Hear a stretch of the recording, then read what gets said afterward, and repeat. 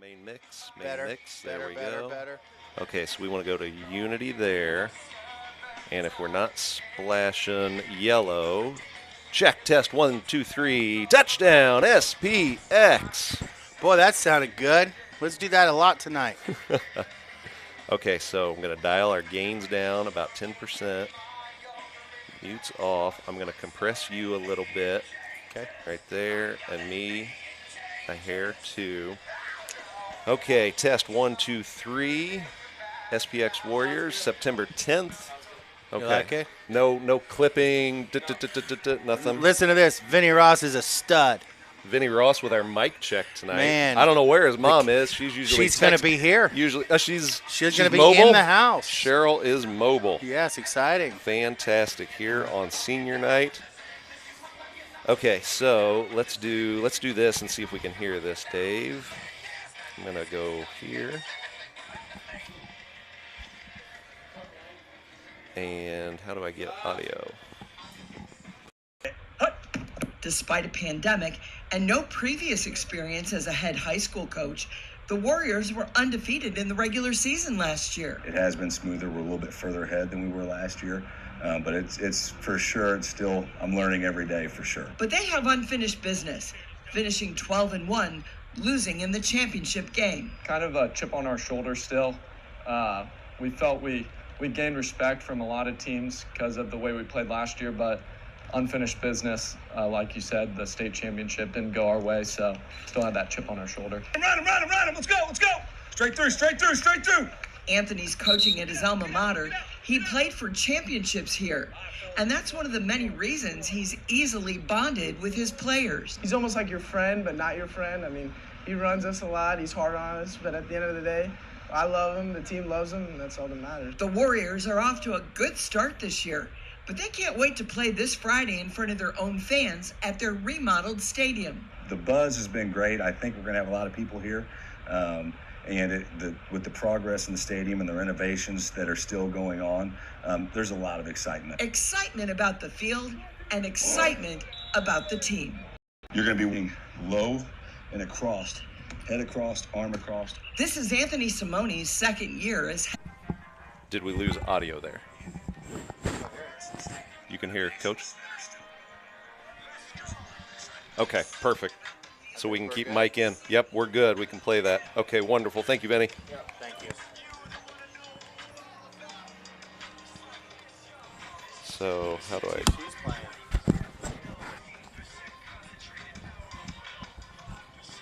Resume first frame and pause when switching. That's what we want right there.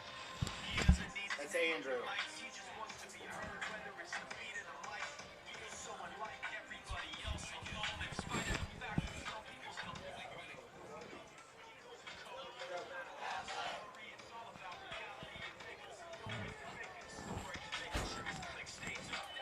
Okay, so we'll keep that up. Okay, Dave, we can. I think we got everything. We can put this stuff on mute.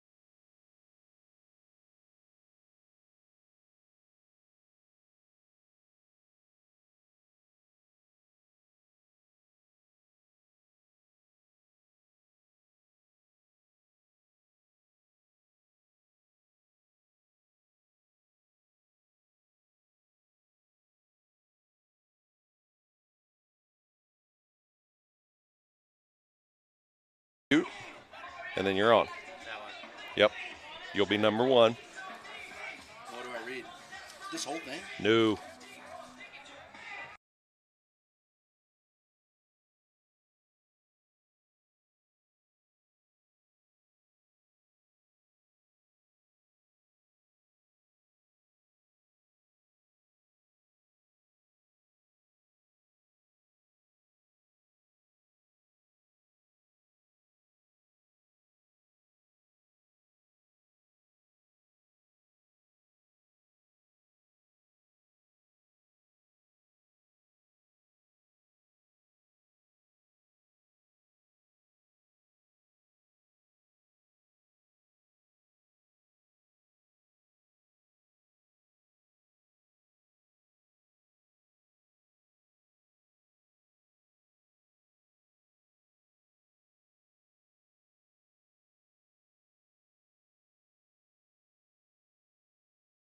And that's it. See how that little number or that little light? On, muted, And off, talking. and here's how you know. Listen. Okay, talk. Say something. Jimmy Perlick, check it out. Jimmy Perlick is really cool. I can hear myself.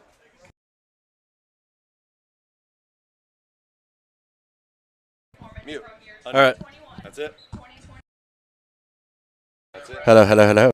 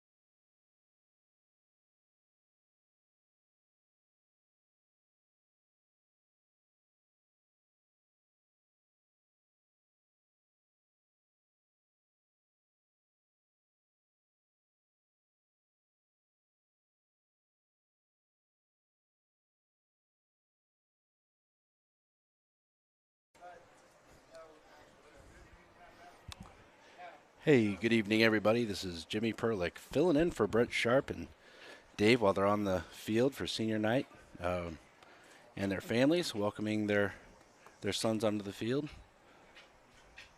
Robbie and Jack. So, good evening and welcome to the 2021 St. Pius X Warriors Senior Night. Tonight we are here to honor the commitment of our seniors and their parents to the St. Pius X football team. To our seniors, thank you for your strong devotion football program over the past 4 years. Your hard work, effort, and dedication are appreciated by your coaches, your school, and God. To the senior parents, thank you for your constant support, prayers, driving, and most importantly, raising your sons into the young men that stand before us tonight. From first-year players to 4-year starters, our 16 senior football players have worked hard together, building a highly regarded reputation for St. Pius through their hard work, dedication, and passion for the game. Our first senior is number 3, Shane Dorian. Shane is accompanied tonight by his parents, Mike and Becky Dorian, and his brother, Ryan Dorian. Shane has lettered in football,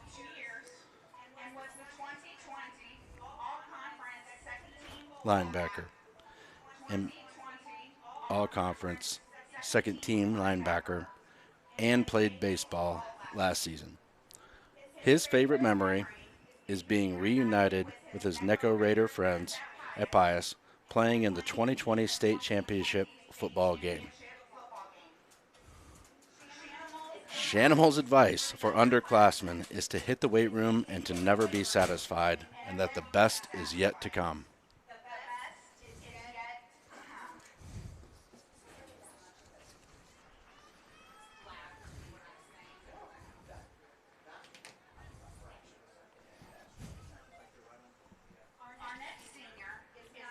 Our next senior is number 6, Vince Acapinto. Vince is escorted by Sarah Acapinto and CJ Mandacina. Vince is lettered in football the last 3 years and is a captain of the team. He was 2020 All-State Defensive Back, All-District Defensive Back, and All-Conference Honorable Mention Defensive Back. His favorite memory playing for the Warriors was beating Palmyra to go to state. His advice for the underclassmen is to cherish every moment of high school because it really does fly by.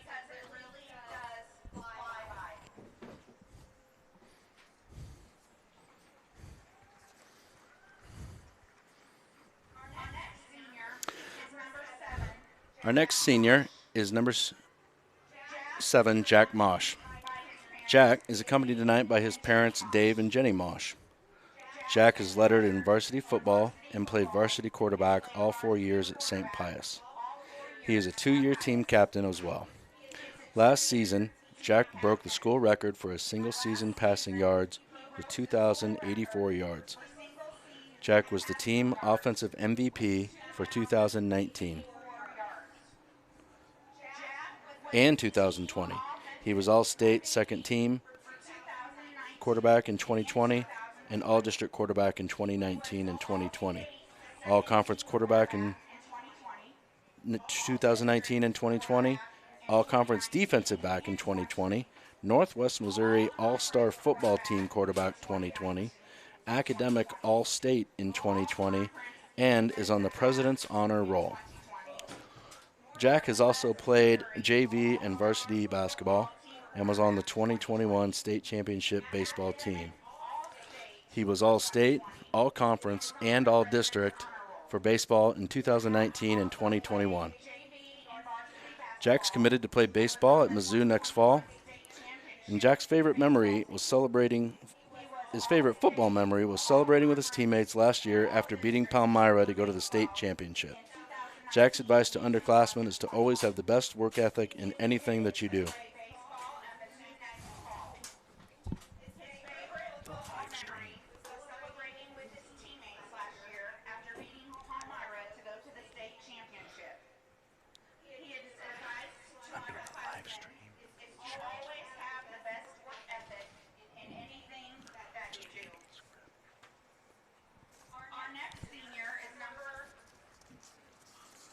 Our next senior is number 8, John Kaimi.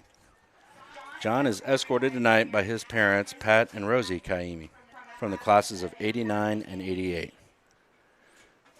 John is lettered in football for 3 years and was named 2020 All-Conference Linebacker, All-Conference Receiver, and All-District Defensive Back. John is also a recipient of the Hustle Russell Award. He has lettered in baseball for 3 years and was named 2020 All-Conference Most and All-District Player and was on the 2021 State Baseball Championship team. John's most memorable moment was beating Palmyra and advancing to the state championship. His advice for underclassmen is to live every moment of your high school years and never take any of it for granted.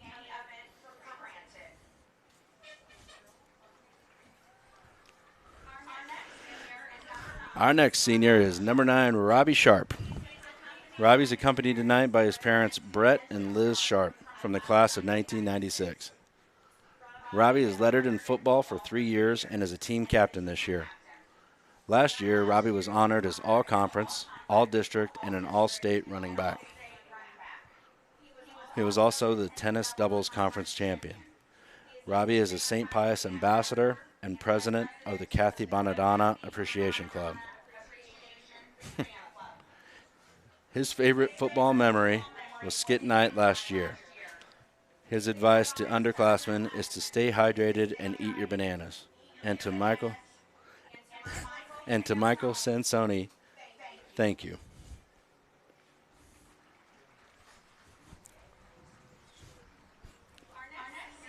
Our next senior is number 42, Aiden Coons. Aiden's escorted tonight by his parents, Toby from the class of 1994 and Kelly Coons. He has lettered in football for 3 years and he's a team captain.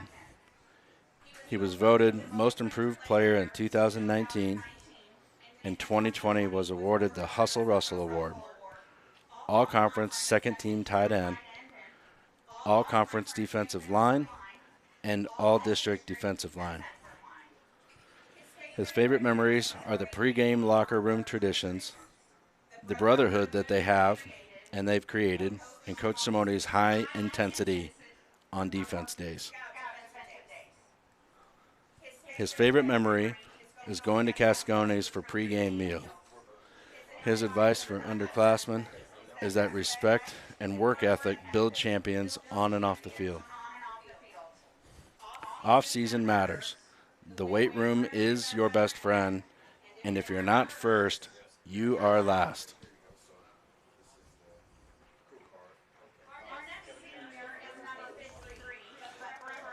Our next senior is number 53, but forever number 35 in our hearts, Carl Ragusa. Carl is escorted by his parents, Carl from the class of 86 and Luann Ragusa. Carl has lettered in football for 4 years and is a team captain. He was a 2020 All-Conference Defensive Specialist.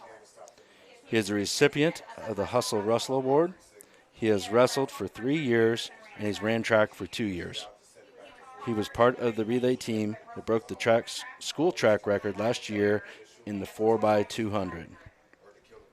His favorite football memory is also beating Palmyra to go to state and playing varsity alongside his brother Joe when he was a freshman. His advice for the underclassmen is to get in the weight room and enjoy the process.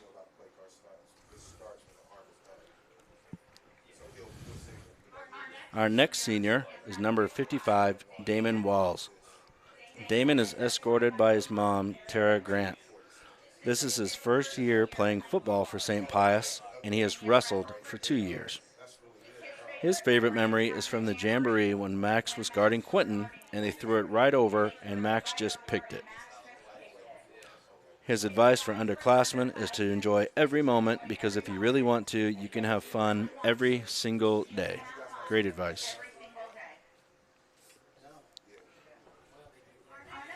Our next senior is number 58, Frankie John Sherito. Frankie's escorted tonight by his parents Frank and Tony Sherito from the classes of '89 and 1987. Frankie John has lettered in football all 4 years.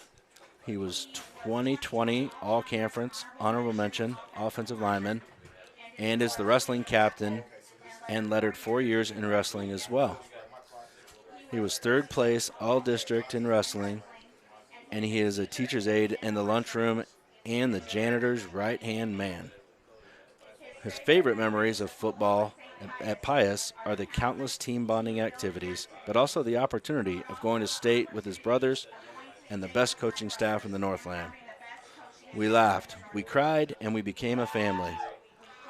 Frankie John's advice to the underclassmen is to enjoy every moment of the experience, because it is going to be over before you know it.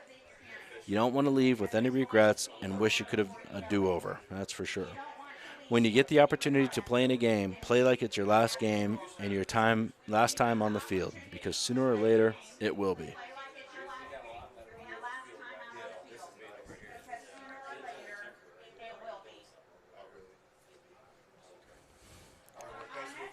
Our next senior tonight is number 60, Leo T. Burns. Leo is escorted tonight by his parents, Joseph and Kim Burns. He has lettered in football for 2 years and 1 year in wrestling.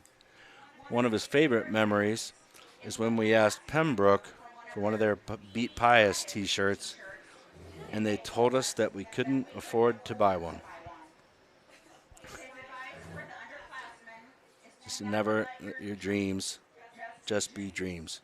Stay focused.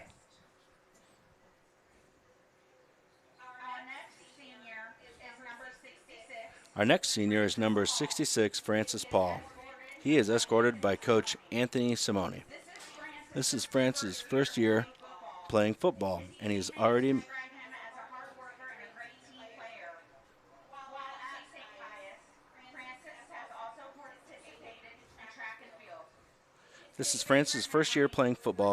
making an immediate impact on the defensive side of the ball. His teammates describe him as a hard worker and great team player. While at St. Pius, Francis has also participated in track and field. His favorite memory was the first time the team ran hills, because it was the first time he saw that everyone could get just as tired as he does running. His advice for underclassmen: don't wait until senior year to join football, and listen to the coaches at all times. Our next senior is number 67, Matt Boatwright. He is escorted by his parents, Mary Ann, class of '92, and Jim Boatwright.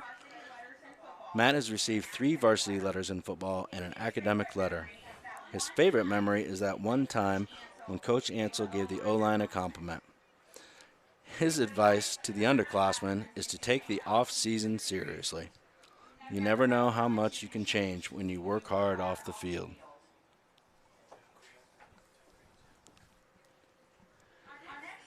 Our next senior tonight is number 69, River Torres Bolin. He is escorted by his parents, Angela Torres Bolin and Don Bolin. River played basketball and was on the debate team his freshman year. He ran track his sophomore year, threw the shot put and disc his junior and senior year, and he played football his senior year. His favorite football memory is going to Coach T's house for senior team bonding pool parties, and his advice to underclassmen is to do what the upperclassmen tell you to do and don't quit.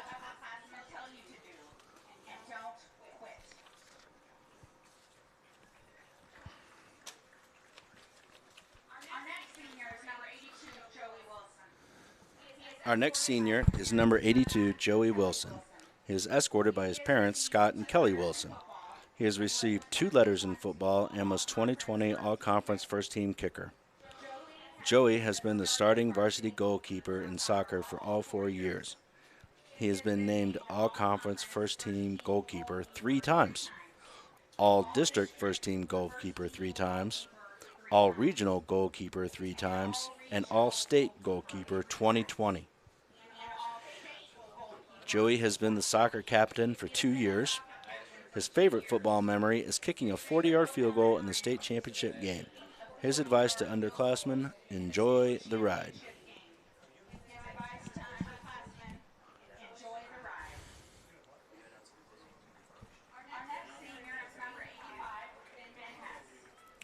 Our next senior is number 85, Ben Hess. He's escorted by his parents, Tony from the class of 91, and Pat Hess. Ben has lettered in football for 3 years. He is a Gold Tribe Chief, a student ambassador. He's on the track team and the A honor roll. His favorite football memory is beating Maryville last year. His advice to the underclassmen is to keep working hard in everything because eventually your time to shine will come.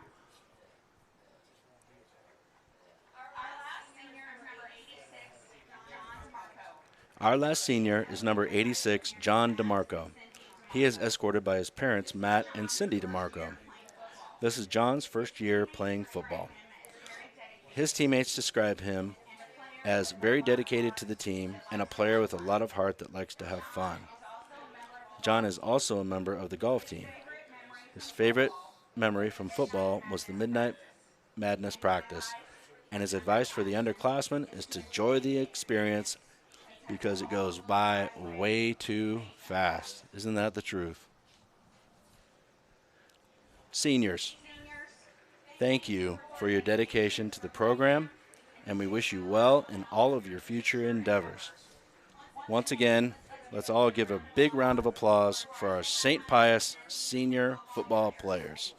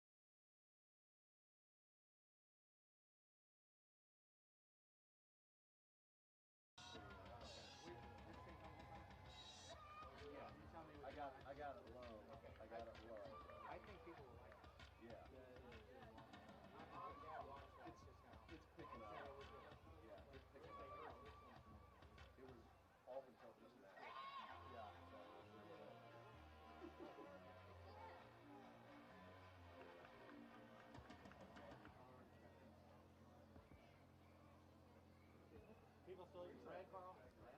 Still selling 2 blocks of bread? Good.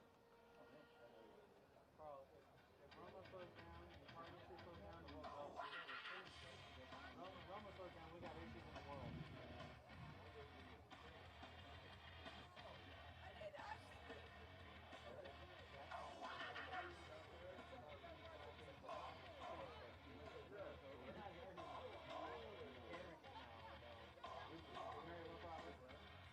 We'll have to find that out. Because I said I didn't see him on the roster. Okay, so he's not here. Maybe the family moved out of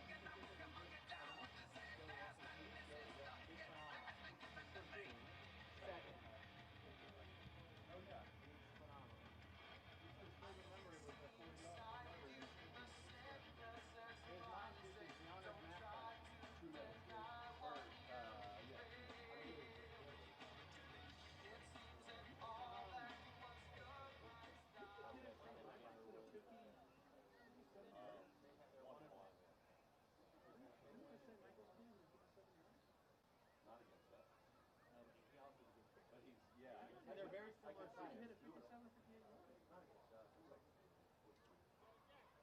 Good evening, ladies and gentlemen, and welcome to Morgan Stadium in Larry Cascone Memorial Field for tonight's varsity football game between the Dragons of Cameron High School and the Warriors of St. Pius X. We ask that you would rise for the invocation, remove your hats, and remain standing for the singing of our national anthem by St. Pius Jr. and again. In the name of the Father, Son, and Holy Spirit, amen. Today, Heavenly Father, we gather this evening, the eve of the 20th anniversary of 9/11, and pause to remember the first responders, those who died that day. We pray for their families and God's blessings on them. Likewise, we pray for families affected by Afghanistan, by recent natural disasters, and by personal difficulties. Place their needs before you. We pray for our military men and women as they protect our freedom. We pray for unity within our country. We pray tonight for our guest Cameron High School and for our St. Pius community, that we genuinely display the deep spirit and pride that each of our schools have, and that this game enables us to demonstrate the sportsmanship that athletics allows us to share, the talent with which God has blessed our teams. Today, finally, we pray in thanksgiving for all that we have, and in the midst of this game, may we embrace your guiding spirit and realize its richness, its strength, its meaning, and its importance in our lives. And this we ask through Jesus Christ, your Son. Amen. In the name of the Father, Son, and Holy Spirit. Amen. Oh, say, can you see by the dawn's early light what so proudly we hailed at the twilight's last gleaming, whose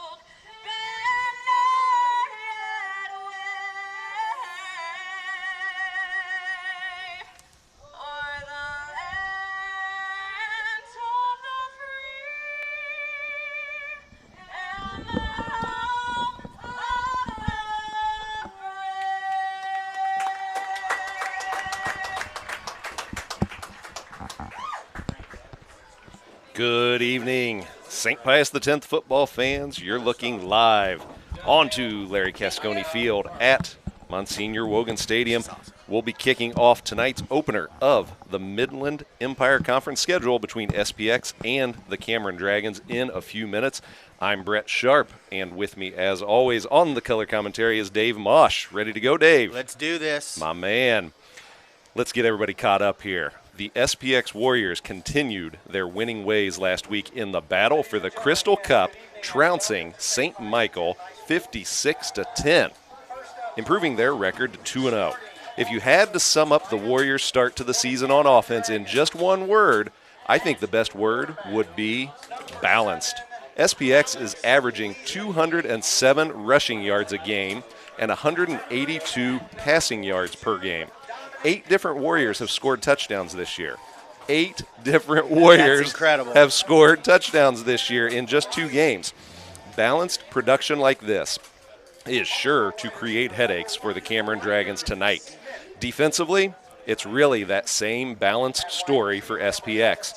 5 Warriors already have double-digit tackles. That's right, in just 2 running clock shortened games, Aiden Coons, Grant Redd, Leo Burns, Shane Dorian, and John Kaimi already have registered at least 10 total tackles apiece. Cameron, on the other hand, has gone 1-1 to start their season, defeating Kansas City Northeast 34-0 in Week 1 and losing 60-7 last week to Lincoln Prep. The Dragons will be looking to avenge a 20-point defeat in last year's game against SPX, losing at home in Week 3 to the Warriors last year, 42-22. So, now the stage is set. We're all caught up on what went down last week. Dave, I'm curious, how about your keys to SPX victory tonight? You made me dig a little deep this week, Brett, but I believe Cameron went 7-4 last year. In football terms, to me, that tells me that's a team that knows how to win.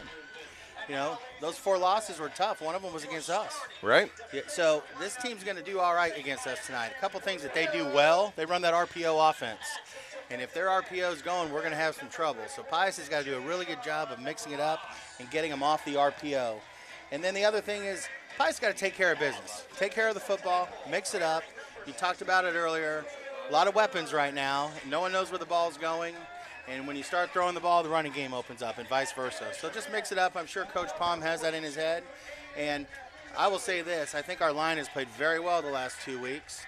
And I would not take Cameron lightly. We saw Lincoln Prep earlier in the workouts getting ready. They can play. So Cameron knows what they're up against, and Pius has got to bring it. I agree, Dave, for sure. So we will get started here in about 3 or 4 minutes. Looks like we got 3 minutes on the game clock. So perfect time to say thank you to our Booster Club live stream sponsors. Let's talk about BKD CPAs and Advisors. They are a proud sponsor of Warrior Football. When it comes to all things financial, BKD has got you covered. Accounting, wealth management, and tax services, to name just a few. BKD is a national player in the CPA and advisor world, but they've got a Kansas City office with local Kansas City know-how to personally help you. Just contact Jim Still or Luke Gutterman, SPX alum, class of 2000, at 816-221-6300 for all your accounting service needs. Or go to bkd.com for more information and to see all the services provided by BKD, CPAs, and Advisors. All right, and the captains gather at midfield for the coin toss. It'll be interesting to see how this plays out. The Pius return game has been dynamite thus far. It has sparked the offense. It's frankly sparked some points even without the offense getting on the field. So it's a nice plus for the St. Pius Warriors. One thing that I would assume is going on is Cameron is thinking maybe we want to have a different idea for kickoffs. So the kick return game is slowed down. We'll see. Right, yeah, it'll be interesting to see. See if they go deep. If they maybe kick a liner down the middle, right, something to loosen it up. And I remember last year, Robbie Sharp did have an 85-yard kick return, I think, to open up the second half last year. And Cameron So yeah, He had a certainly pretty the good same one last week too. He did. He's been a key part of that return game. So it'll be interesting with Cameron. See what they decide to do. I gotta same say, coaching staff coming back, so they don't have a short memory. They remember what happened last year. no, and 2 years ago was a great game, 35-28 shootout here at St. Pius. I gotta say, I like looking down on the field. I like the blue on blue. I like the uniform for the Pius boys. The classic blue on blue with the white helmets that we're still kind of getting used to. Those got rolled out last year, and I love the look. You know, Coach Simone gives them some freedom, but they got to look tight, right? That's right. And tight they are. You ever take a look at Jack's jersey? I try not to. Yeah.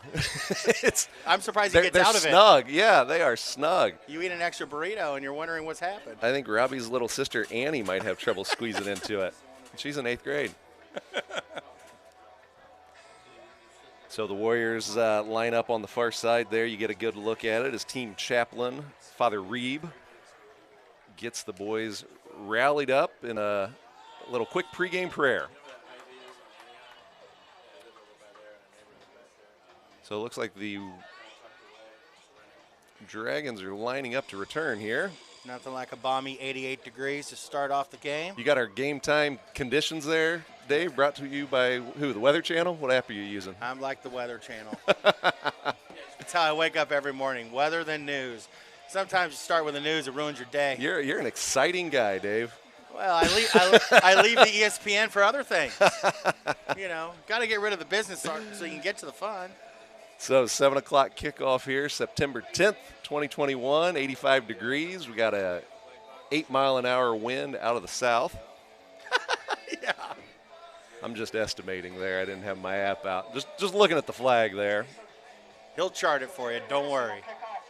So senior all-everything kicker Joey Wilson on to kick off.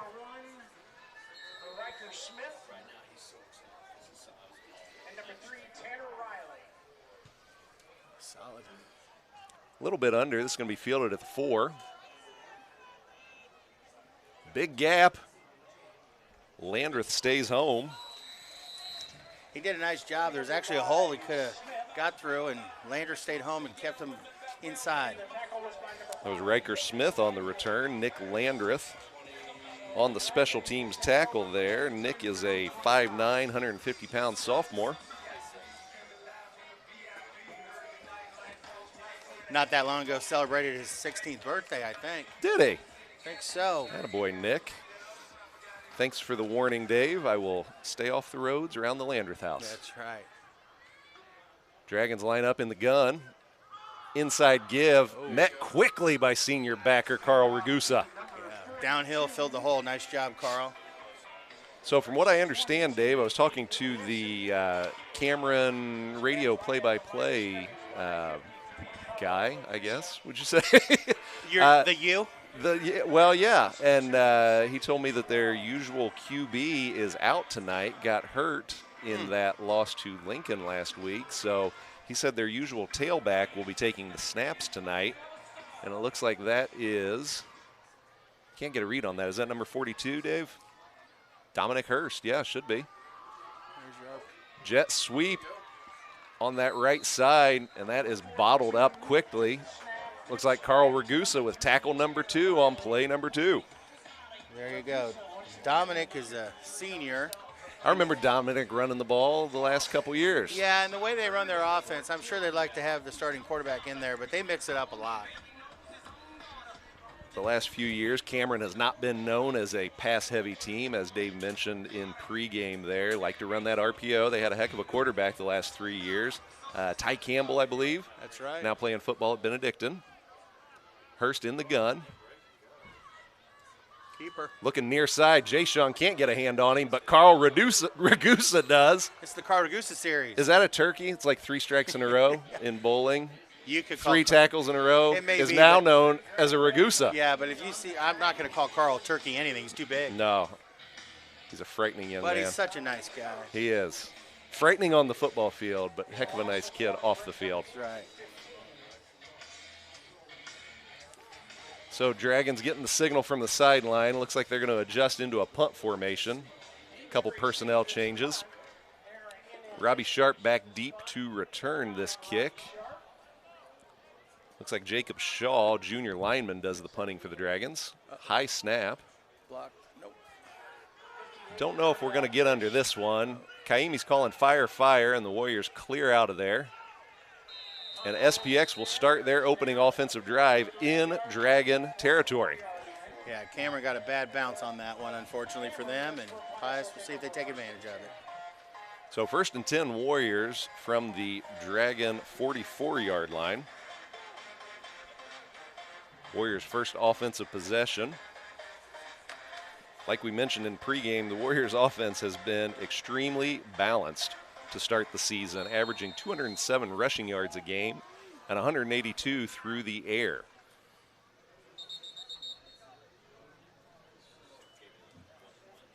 Our clock guys are already getting their names recognized. Corrado and Perlick garnering early attention here from the officials. And everybody's moving. Everybody's getting the officials' attention here as looks like we'll have a false start here against the boys in blue. Oh, maybe not. The other way. Oh, looky, looky. Free 5 yards for the Warriors here. First play didn't mean we go on one, evidently. So 1st and 5 for the Warriors.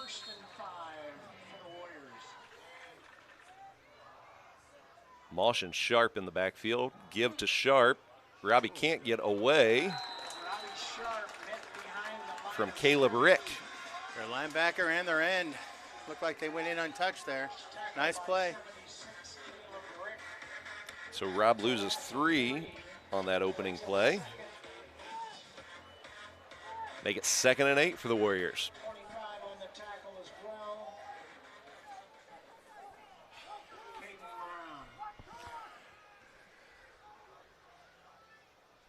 Mosh with the snap, looking near side to nice Ross. catch. Hang on, Jay Sean. Little up. Jay Sean stretches all 6 foot 4 inches of that frame and snags that Mosh pass right across the 40-yard line.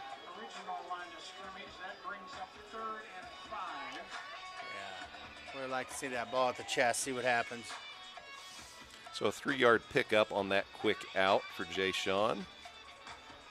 Makes it 3rd and 5, early 3rd down test for the Warriors here. Warriors are converting 54% of their 3rd downs thus far in this young 2021 season. Counter play is stuffed. Dragons sniffed it out almost like they knew what was coming. And Shane Dorian gets bottled up, loses maybe a yard, couple yards on that counter play. It is 4th and 7. Cameron looks like they have a solid defensive line and some big backers that is, and that play developed slowly. I'm a little surprised. Yeah, Pius is conservatively punting here. Right. If your down blocks don't connect when Wassinger pulls on that counter play, there's just nowhere to go. Correct. Dragons bottled it up. So Wilson on to punt. And he's going to drop this bad boy like inside the 10, it looks like. Marching is the linesman, and he ain't stopping until he gets to 6 or 7. Looks like the 9. Not bad. Attaboy, Joey. Looks like the 9 to me, guys. Yes. We'll take it. So the Warriors winning the field position game early on here in first quarter action. Kind of a blah first drive. See if they can play some D and get it back.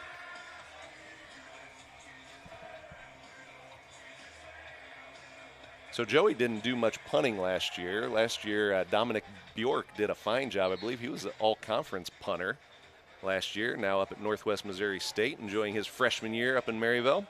Yeah. I would say anytime the word kick is mentioned at St. Pius, Joey Wilson's name comes up first. Joey's nearby. Yeah, so in Dom's absence, Joey has stepped in and done a terrific job in those punting duties. And honestly, I think he's maybe punted 4 or 5 times this whole year. We haven't given him many opportunities. No, and he's made every extra point he's had a chance at. Line of scrimmage is the 9 for Cameron. Snap to Hurst. He keeps inside. Shane Dorian, nice penetration, gets a hold of Hurst's legs, and his buddies finish the job.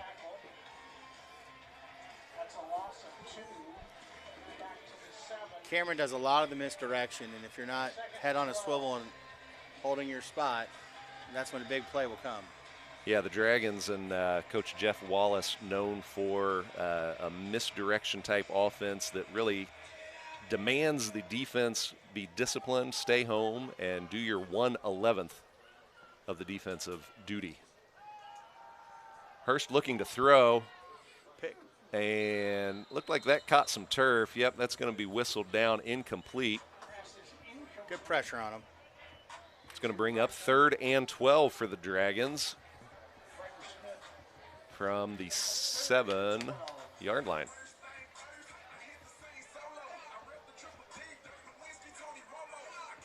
One of my favorite things is when you got a good DJ, which we have, and you see the guys on the sidelines dancing during the individual plays.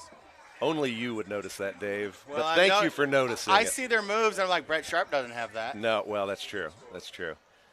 His dance Class days. of 98, Andrew Termini on the PA DJ duties tonight.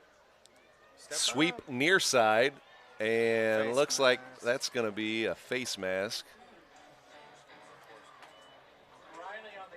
Possibly a horse collar, but Yeah, could going to be a be. first down. That will be a big one, and it looks like that should take it down to about the 28-yard line. I think the Pius is starting a little slow and flat here, and got to 30-yard pick it up. Yep. It is a flat start. I agree, Dave. You know, I didn't say it I didn't want to take the mic the whole time, Brett, but you know, one thing that I would say is a key for Pius is forget about the game next week. Right. Get this one first. Slay the Dragons before you move on to the Hound Pound, right? That's right. There's enough here. You don't have to get excited about next week yet. So 6:52 to go in this first quarter. So about halfway into this quarter where really nothing's happened. A whole lot of us. Hurst in the shotgun. There's keeper. Makes the first man miss, but can't get away from Vince Acapino and John Kaimi. Hurst is quick and shifty. It was a nice fake, and he hit that hole very quickly. One thing Vince Acapino's always been good at is he finishes tackles, and he just showed it there. Yeah, certainly. Hurst is the type of runner that, you better wrap up and drive him to the ground. Exactly. Wait for your teammates. So heavy overloaded formation to Cameron's right side, and that's where they were looking to run. Flag on the play from the near side linesman. Looks like a Warrior offsides penalty there. Coach Simone's lined up in the neutral zone. I can see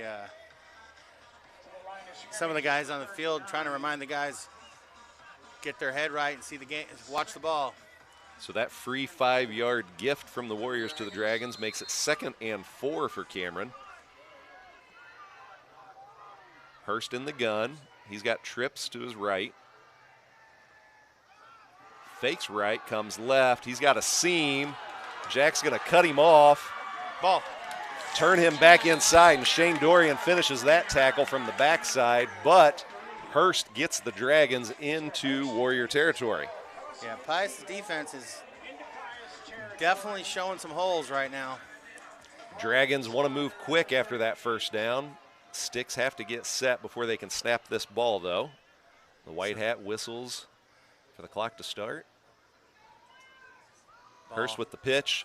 Far side. Big Benny Hess makes the tackle behind the line of scrimmage. So if we're going to give our clock guys some rub every now and then, how about the slowness of the St. Pius dads on the sticks? Gave the defense a chance to get their feet. Yeah, a little home field advantage, right? Home cooking, I think they call that. And I don't think they were going slow. I think they were just going. No, they're just. This is them. They were moving at dad speed, I think you call it. I'm telling you, that was warp speed for them. 2nd and 10 for the Dragons. 2-by-1 formation. Spread it out a little bit more than they have previously. Reverse, faked, flag on the field. You know, False start against the Dragons. Brett, I remember when Jack was playing in the 3rd grade, he had a coach who taught them how to watch the ball, and it was ball moves, move. Ball's not moving, we're not moving. It seems so simple, right? It is a simple game. Ball moves, move. 2nd and 15 for the Dragons.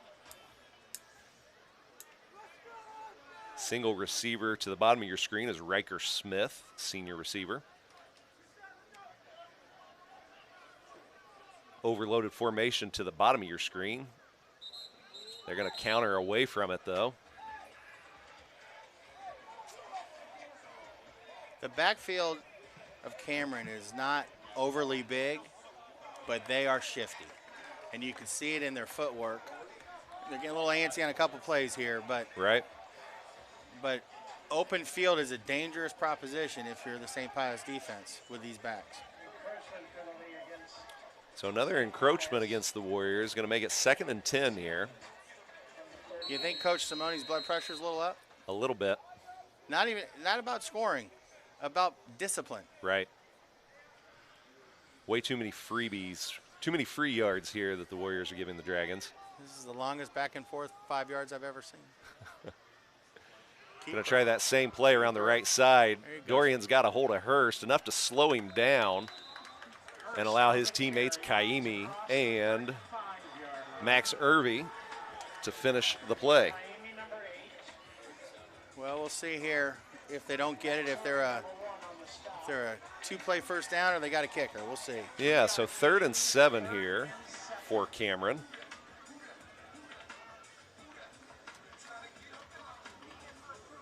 Getting the play call in from their sideline. Get to the line quickly.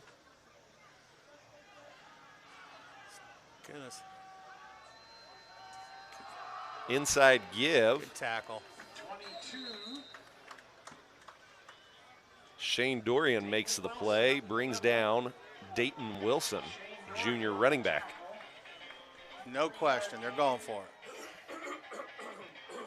I would too, by the way. Why not? Unless you have that kicking game. Yeah, nothing to lose here for the Dragons. Early on, 3:26 to go in the first quarter. 31-yard line, it's good field position to try it. Yeah, 4th and 3 from the Warrior 31.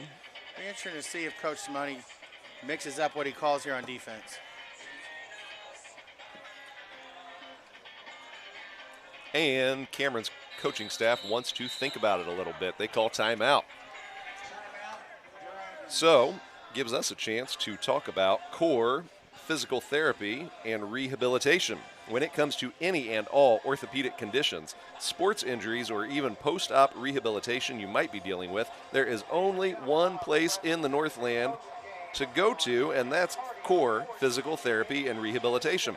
Core is equipped to work with anyone from adolescents to the elderly. Owned and operated by proud 96 SPX alum Frank Termini, Core has 2 convenient Northland locations to serve you. The Gladstone location is at 54th and North Oak, and the Liberty location is at the southwest corner of 152 and I-35, right between Walmart and Sam's Club. For more information, go to their website at coreptandrehab.com. That's coreptandrehab.com. So 4th and 3 for Cameron from the Warrior 31. 3:06 to go in the first quarter. No score in the game. One big play and not much else, really.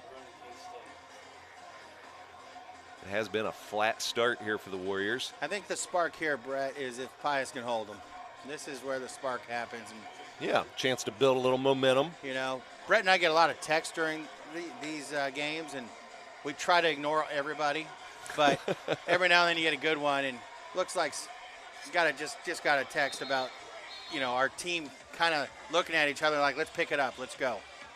So, like to think, let's see what we bring here. Some penetration would be nice.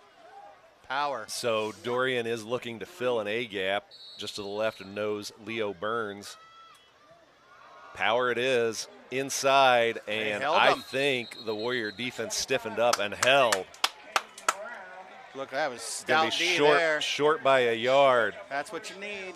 Dorian, Ben Hess. I think every linebacker was involved in that play. That was power on power. Turnover on downs. Yeah, Cameron did nothing fancy there. No motion, no fakes, just we're lining up heavy right, and we're going right. I like the play call from the heaviness, but I think their shiftiness is what has caught Pius off balance. So 1st and 10 for the Warriors. They will start this drive from their own 30-yard line. I think Pius might go try something big here. 1-by-2 formation. Mosh and Sharp in the backfield. Looking to throw underneath. John Kaimi can't come up with the middle screen. 2nd and 10 for the Warriors. 2:50 to go in the first quarter. That was incomplete. Yes. Yeah. Incomplete. Yeah, on the bounce. Big Joe McNerney checking in from Georgia tonight. Says he's happy to see the pickup football game tradition continues in the north end zone. There you go. We've all lost some blood out there, I think, Joe. Jack Mosh tries the right side. Oh. And Jack picks up a nice chunky yardage, 6 yards on that right side. Going to make it 3rd and 4. You know, the game early on is getting a little chippy out there. As I think Pius knows Cameron came to play, and Cameron's saying bring it. For sure. Cameron not backing down from this challenge at all, taking on the state-ranked, I believe what, number 5 this week in Class 3? That sounds right. Jack, far side. He's got Reed McCann for a first down. Tuck that ball, Reed. Tuck that ball. Nice job, junior Reed McCann.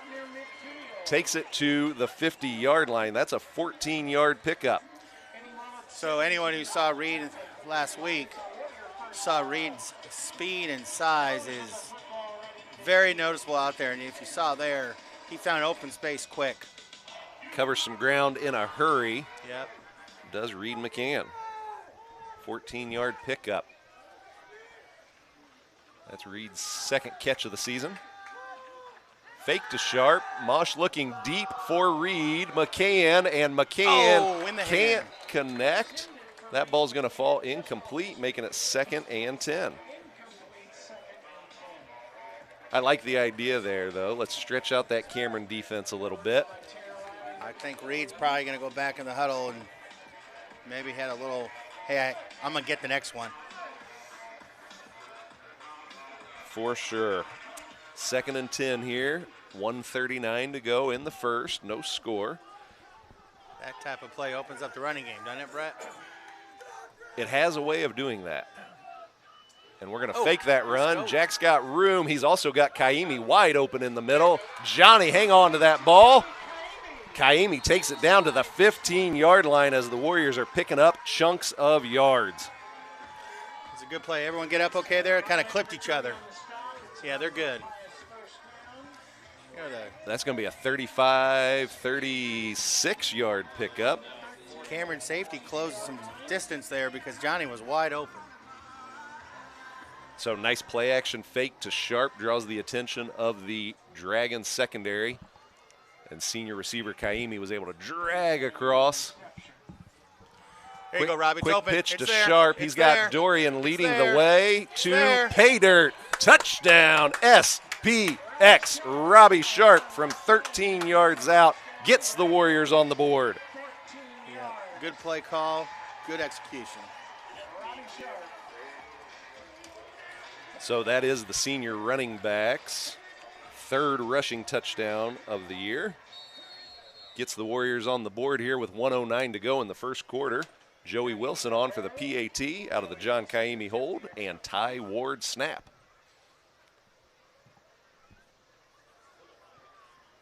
And no big shock, Wilson drills it right down the middle, making it 7-0 SPX. Nobody tell Joey that field goals aren't 45 yards. I just like watching it. He does drill those PATs. That's right, PATs, my bad. We knew what you meant there, David. What you want.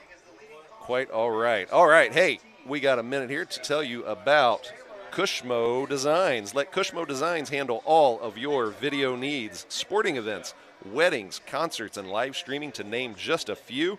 And do you have any old home movies boxed up collecting dust? Cushmo Designs can convert those precious memories to digital format so they can be protected and you can enjoy them now and long into the future. Call Monty at 816-806-6964 or email him at cushmodesigns@aol.com. 7-zip Warriors, 109 to go in the first. So Joey Wilson, number 82, will kick off for St. Pius. Number 1, Riker Smith. Number 3, Tanner Riley, deep for Cameron. Joey gets more of this one, and he's going to drive it into the north end zone. No return. Kind of figured after he was going to put a leg on it. Yeah, he got a little under that first one and made a nice adjustment there, and single-handedly eliminates the Cameron kick return game.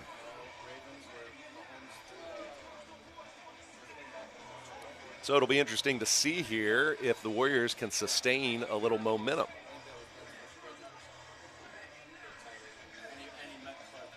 I feel like it will. I think the Mo has moved. Ever the optimist, are you, Dave? Class is half full today. Friday night. This glass is half full of ice water because it's a little steamy, Dave. Ask me a Tuesday at 10. I'm going to say, is it Friday night yet? You could have probably asked me that at 2 o'clock today. When you started emailing me, I'm like, does this guy ever work? In fact, I know you work so hard that you don't find the time to email me. Yeah, it seems to always be, about 2 o'clock Friday. Maybe even a little later because you've got to get your work Depends stuff. what's going on, yep. That's right. So Cameron is able to seal the edge, but Jack Mosh closes that edge and puts a licking on senior receiver Tanner Riley. How about Tanner might have said a little something, and Dorian asked him politely to go to your huddle with a stiff arm. Please step aside. I noticed that as well. I don't know that too many people are going to tell Shane, no, sir. Might be the Dragons' last play of the first quarter here. Clock is ticking, 35 seconds to go. It also might have just awakened number 3 in the middle. Shane looking to apply some pressure here. Like that. Oh, cannot connect in the backfield. Oh, wrap up. There, a big hit. Nice, solid tackle from the sophomore corner, Max Irby, after Jay-Sean Ross, his classmate, slows up Riker Smith. I would say good thing it's a pretty stable camera because most everyone in the booth got faked out. That was a pretty I know I did. Pretty tricky ball handling there. That was pretty good. So the quarter is going to close here. 7-0 Warriors as we move on to the second quarter. Thank you to our live stream sponsors, County Beverage, Bob and Linda Falco Brandom. Linda is a class of 72 SPX alum. Also, thank you to T-Mobile, Mr. Brett Presco, class of 96. We appreciate your help.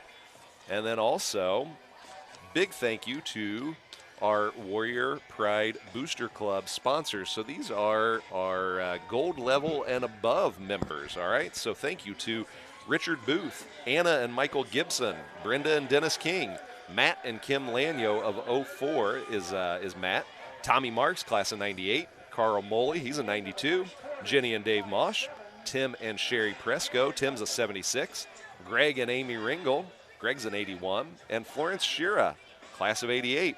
Also, Art and Cindy Wagner, the Witherow family, Johnny Cascone, class of 93, Carrie and Mike Emmons with Whole Harvest and Zone 6 Fitness, Chris Monachino, class of 83, Roma Bakery and the Corrado family, Andrew and Janine Romano, class of 94, with Cumpy Sports and Apparel.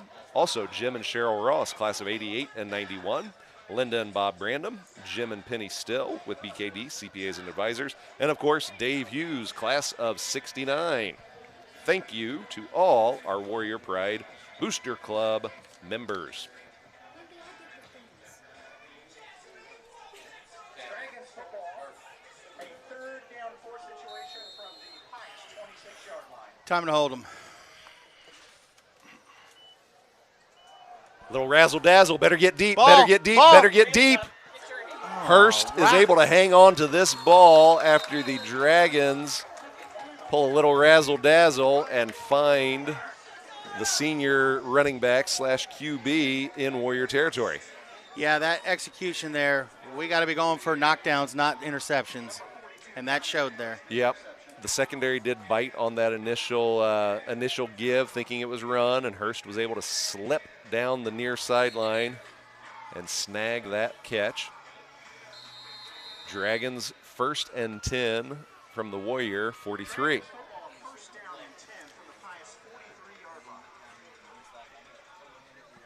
$11:40 to go in the second quarter. Probably ought to update that scoreboard. Keeper. Inside, goes nowhere. A few more keepers like that, and he's going to give it up. He just got smothered by about 4 guys, including Jay Sean. Yeah, Burns looked like he was in on that. Ben Ross, Hess. Ben Hess. The guys that leave marks. Yeah, I wouldn't want to do tackling drills with those 3. No.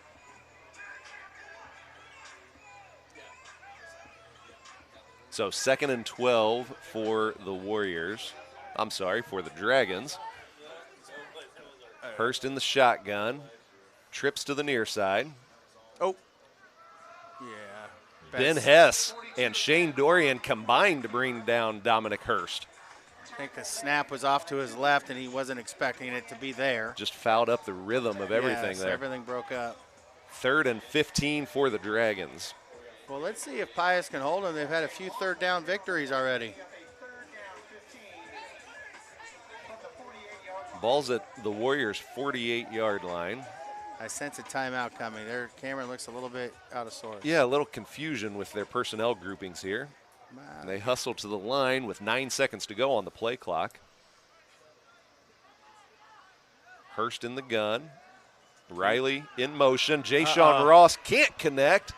Little jump pass connects Hurst to Riker Smith.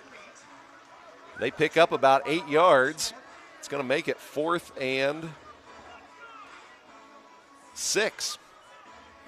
Jack Mosh on the tackle. Jay Sean, spread his frame out and almost had him.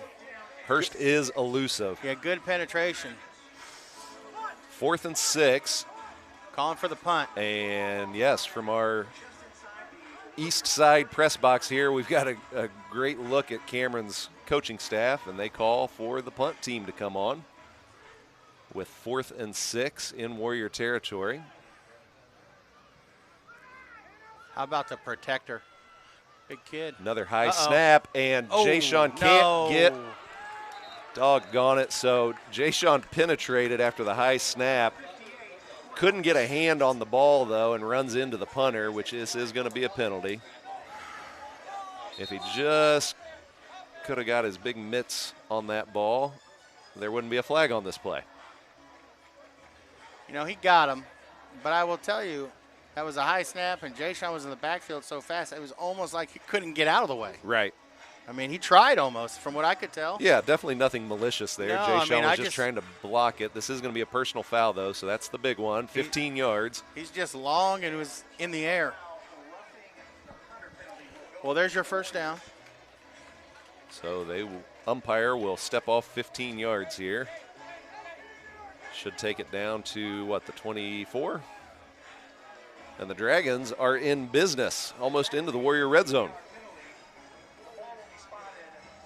9:10 to go in the second quarter. Warriors up 7-0.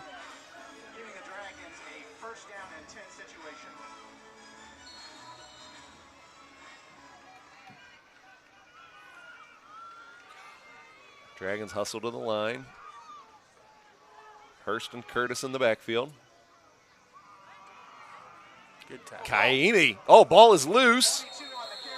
Looky, Earl Hess and Ter Dulac, your grandson, Big Ben, comes up with the big fumble recovery. Good hit by Johnny Kaimi. Big play there. Dayton Wilson, junior running back, is not able to hang on to that ball. Looks like John Kaimi knocked it loose, and his fellow senior, Ben Hess, covers up. Warrior ball on our own 24-yard line. St. Pius football, 1st and 10 from the 24-yard line. Mosh and Sharp in the backfield. Fake to Sharp. Irvy's got room. He picks up a block from Jay Sean. Nice play. And Max takes this ball up to the 45-yard line of Cameron. Yeah, Max executed that perfectly. Got on the side of Jay Sean, who was leading the way. That's a 21-yard pickup for the sophomore receiver. His first catch of the night. And probably most everybody in the stadium on that side was expecting that ball go to Jay Sean. So nice deception there. Yeah, and Jay Sean helps out his fellow sophomore. Gets a nice block, gives Max some room. 1st and 10 Warriors. We're going to try John Kaimi on the near side. John gets, looks like a couple. Going to make it 2nd and 8.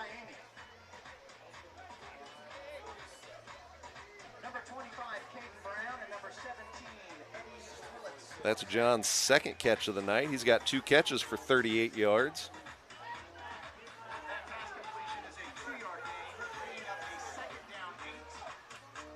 8:20 to go in the second quarter. 2nd and 8 for the Warriors. We've got a stack formation at the bottom of your screen. Ross and Irvy. Inside Go, give Rob. to Robbie Sharp. First down. Robbie's Attaboy. able to move the sticks and pick up a first down as he gets into Dragon territory. He's down to about the 43-yard line. Looked like a nice lead block from Tommy Wassinger to seal the corner there. And Robbie took it on the left side of the left tackle. So that would be a 10-yard gain for the senior running back. He's got 3 carries and 20 yards tonight.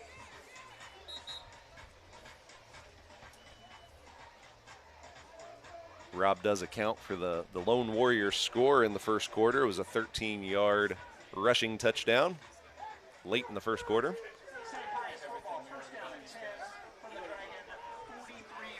Mosh will move under center here. Fakes to Sharp, tries that right side. John Kaimi hangs on, catches the quick hitch, and he's down at the Cameron 40-yard line. Picks up 3 yards on the play. Starting to see Coach Palminteri mix in Vince Acapino into the offensive scheme. And just as I said that, he went out. I hope I'm not the reason. Yeah, they hurt you.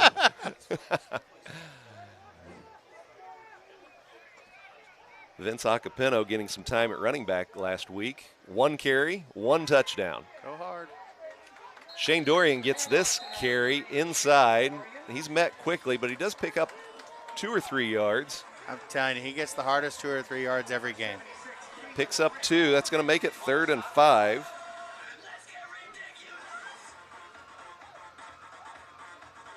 Warriors inside Dragon territory here. They're down at Cameron's 38-yard line.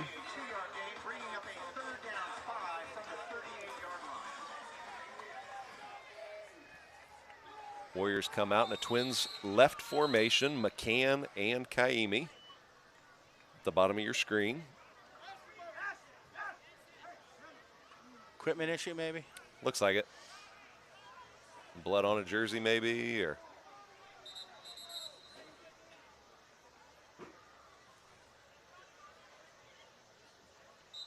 Can't tell. So the umpire sent off Gage Jones, freshman linebacker for Who's Cameron. staying on the side of the field. Some kind of equipment issue. Yeah, I don't know. can't It was tell. blood on the jersey or. I know he wants to get out there. You know what? I think his pants were too high. Really? Pants were above his knee. That's what it was. The style. Yep. Mosh has got Sharp in the flat. Can't connect. It's going to be 4th and 5. I like the play call. Just we didn't put it together. And the Warriors are not hesitating here on 4th down. The offense stays on the field.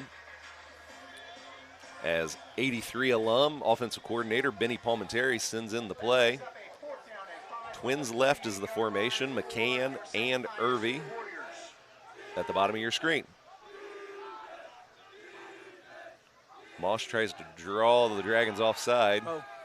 He's got Shane Dorian in the near side flat. With a hammer. Shane Dorian with a couple nice stiff arms picks up the first down.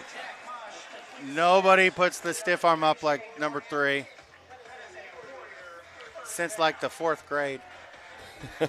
Just something he's good at. Dave's watched him do it for a long time as the senior fullback gets pushed out at the 29-yard line. He picks up 9 yards. And importantly, the first down they were looking for. Exactly. Keep this drive going. Big 4th down conversion there. That was Dorian's first reception on the night. Fake to Sharp. We got an out and up. Kaimi might come up with this. Nope, can't connect. Trying a little home run play there as John Kaimi tried the out and up on the right side of the Warrior offense. It's going to make it 2nd and 10 with 6:08 to go in the second quarter.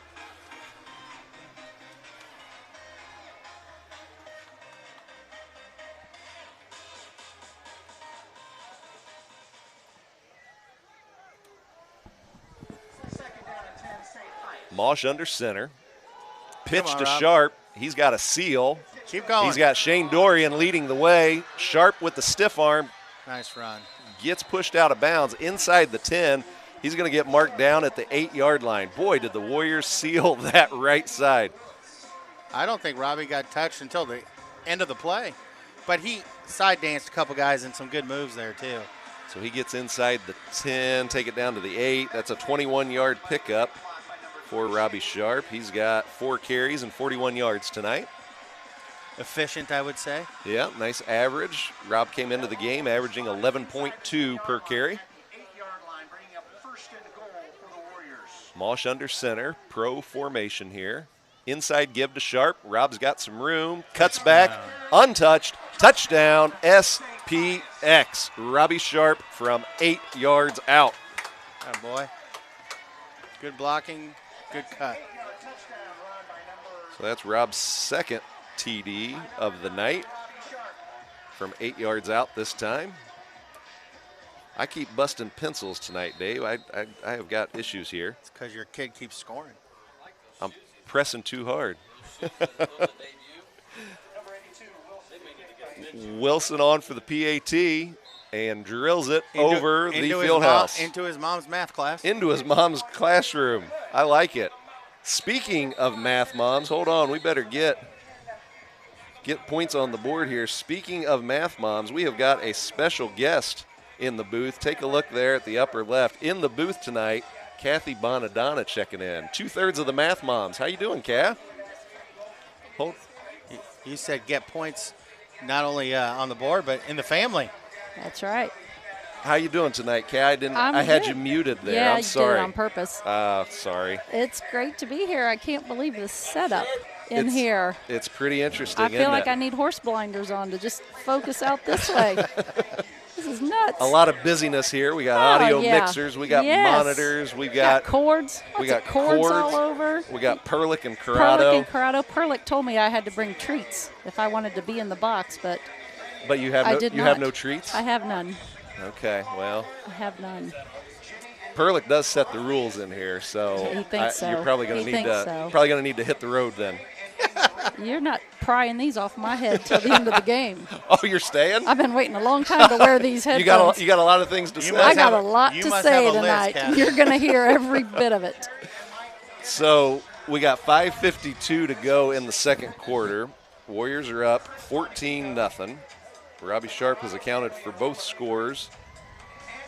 First quarter, he had a 13-yard rushing TD, and then in the second quarter, just a couple minutes ago, you saw him punch one in from 8 yards out after some terrific blocking up front from the offensive line. Tommy Wassinger, Leo Burns, Matthew Boatwright, Carl Ragusa, and Frankie John Chirito leading the way. Pretty sure he was being led by Shane Dorian, too.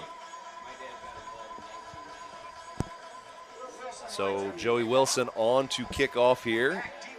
And I see Red, Landreth, Hess, Davis, Sherito, Paul, Ward, Stanley, McCann, and Vegas McPhee on to cover this kick. He never knew by moving here that Vegas would be coming with him. Right. We should probably ask him if he's okay with that nickname, right? And just make sure you know his first name. Braden Vegas I know. McPhee. There's nothing you don't know about these players. But, like, you probably know what he had for breakfast. No, I don't go that far. Well, they might tell you. That'd be a little stalkerish, no, don't they you might think? tell you.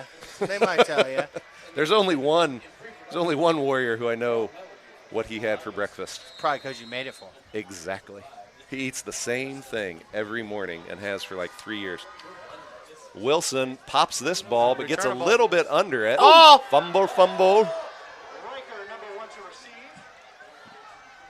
I think McCann comes up with the tackle on this after Riker Smith corrals that ball. So the Dragons will start this offensive possession inside their own 20-yard line. It's 1st and 10 from the 19. 5:45 to go in the second quarter. So, Kathy, you know a lot about football, right? Oh, yeah. Yeah. What's going through Absolutely. the Cameron coaching staff's mind right now? Oh, geez. I think they're thinking about some Jamaica sausages at halftime at this point. So you do know a lot about football. Yes, indeed. Pious football. That's all that matters. You had boys that played. Heck yeah, I did. Shout out to Nick Bonadonna, number 15. Charlie Bonadonna, 52. Hurst in the shotgun, jet motion, fakes the jet, and Hurst has some room on that right side. He's brought down by junior Stanley Yates and John Kaimi. I remember when Nick Bonadonna was playing and my son said he was the fastest receiver out there. Get him the ball. Yeah, that's what I used to tell Jack, too. You made his grade depend on it. You better get him the ball. Yeah, no, he did quite well on his own.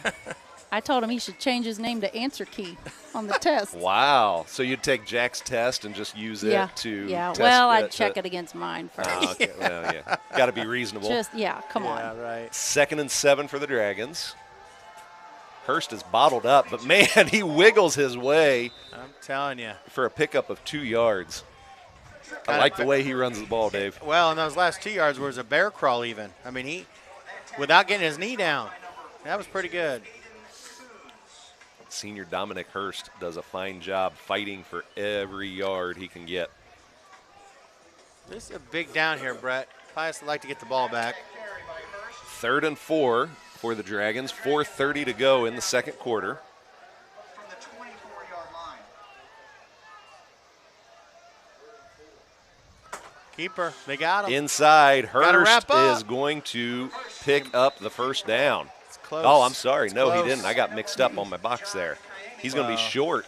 He was tackled twice, got out of 2 tackles, did a spin move, and next thing you know, he's 4th and inches. Yeah, so about a yard short of the line to gain was Hurst. This is a Cameron's thinking about it. This is a tough game decision here. If it doesn't go well, Pius has a good chance of being up 3 scores. Coach Wallace is thinking about it. He does have a timeout to use. I have a feeling he's going to run it down. There's 10 seconds to go on the play clock. And Coach Wallace is right in the ear of that linesman. I think they're working the clock and the timeout. Waiting to call timeout, and there it is. So Jeff Wallace, Cameron head coach, calls timeout with 3:38 to go in the second quarter. Good clock management there. That was smart. It makes sense. Down 14. He wants to think about this. It is 4th and 1 to go in a real tough spot as the Dragons are in Warrior territory, about the 26-yard line. So he's calling timeout, trying to get a play call together, or, in Kathy's opinion, he just wants to Thinking talk about about that sausage. sausages, right? Yeah. Place in his order? Probably, Right. maybe. That makes sense. So it is a little-known fact, Kathy, that the whole strategy of having the grill out in the open air. Oh, yeah. It's Blow just it this way. all part. Blow it this way. Exactly. Smell that smoke. It's Thinking about the grill. It's a distraction. It is. Right. Indeed. It's all part of the grand plan. Kathy may be on the marketing team because that's working. Yep. Indeed. Quick thank you again to our live stream sponsors tonight, BKD, CPAs and Advisors, Core Physical Therapy and Rehabilitation, Cushmo Designs, County Beverage, Bob and Linda Brandom, and T-Mobile. Brett Presco, class of 96. And they're going for it. I'd watch the ball if I were St. Pius. 4th and 1 for the Dragons. Watch the football, trying to. Riley in motion, gets set. We've got twins right, and your Wallace punt. calls timeout again. I think it's time to punt, Coach. So the Dragons are out of timeouts. 3:37 to go. What I got to say, Brett, the play before to call the timeout, I like the clock management. Here, I'm not sure what took place. Yeah, I don't think the coach is real happy with how that was executed. Right, and just taking a peek inside the Cameron huddle here, it looks like there are some personnel changes. It looks like when number 73, Wyatt Reed, senior O-lineman, comes off the field, then the Dragons punt. So we've got a minute here. Like we mentioned in the opener, this is the opening night of Midland Empire Conference action. It's time to do a little scoreboard watching, right, Dave? And I'm watching one really closely. Two good teams in our conference, Maryville and Chillicothe. What do you got? Our friends at Preps KC have it at 7-6 Maryville. 6 minutes left in the second quarter. You knew that'd be a battle, and it's going to go 4 quarters for sure. For sure. And then I know in the other conference tilt tonight, it's the battle of the north side and south side. Benton and Lafayette up in St. Joe. What is a spoof hound, anyways? We've all wondered, Kathy. What the? That's a question that's gone for years. Ball. Another high snap. Jay Sean can't get this one, but that guy did. Kathy, that might be the line of the year right there. He didn't know it was coming, though. I got more where that came from. I'm Dave. sure. So the Warriors are in business Just here warming up. after that punt did not go the way the Dragons wanted. It was about a 5-yard punt there. The Warriors will start this possession inside Cameron territory. 1st and 10 Warriors from Cameron's 34. So Pius has the ball on the 34 with 3:32 left. Looks like 8 seconds went off over the 2 timeouts. Right. And a possession with a chance to drive one in here. Warriors are in the driver's seat here as we finish the first half. They've got momentum, they've got field position, and most importantly, they've got a 14-point lead. So 2-by-1 formation for the Warriors. Dorian, Mosh, and Sharp in the backfield. Mosh looks to throw. He's got Jay Sean over the middle. Jay Sean hangs on. Nice. Inside the 10-yard line. Jay Sean's down to about the 6. We'll have to go ahead. I'm sorry. Yeah, it took a couple Warriors to bring down the big sophomore receiver. What was neat about that is you saw there were some hand signals coming from Shane Dorian in the slot. So it looked like he was helping read the defense or something, and it might have changed the route that Jay Sean ran, and it worked very well. Work well, it did indeed. That was a 28-yard pickup. Mosh to Ross. Could have just been a decoy. You never know. I think he had glue on his gloves, holding on to that ball. Mosh looking to throw right side. There's we got a flag. Oh, yes. Aiden Coons comes down with the Coons. ball. What a Yes. catch. What's the flag for? There are 2 flags on the play. Boy, I hope that stands because that was one heck of a catch by Aiden Coons. Receiver down or lineman downfield. Could be. So that snap took place from the 7-yard line. Let's see if this goes against the Warriors.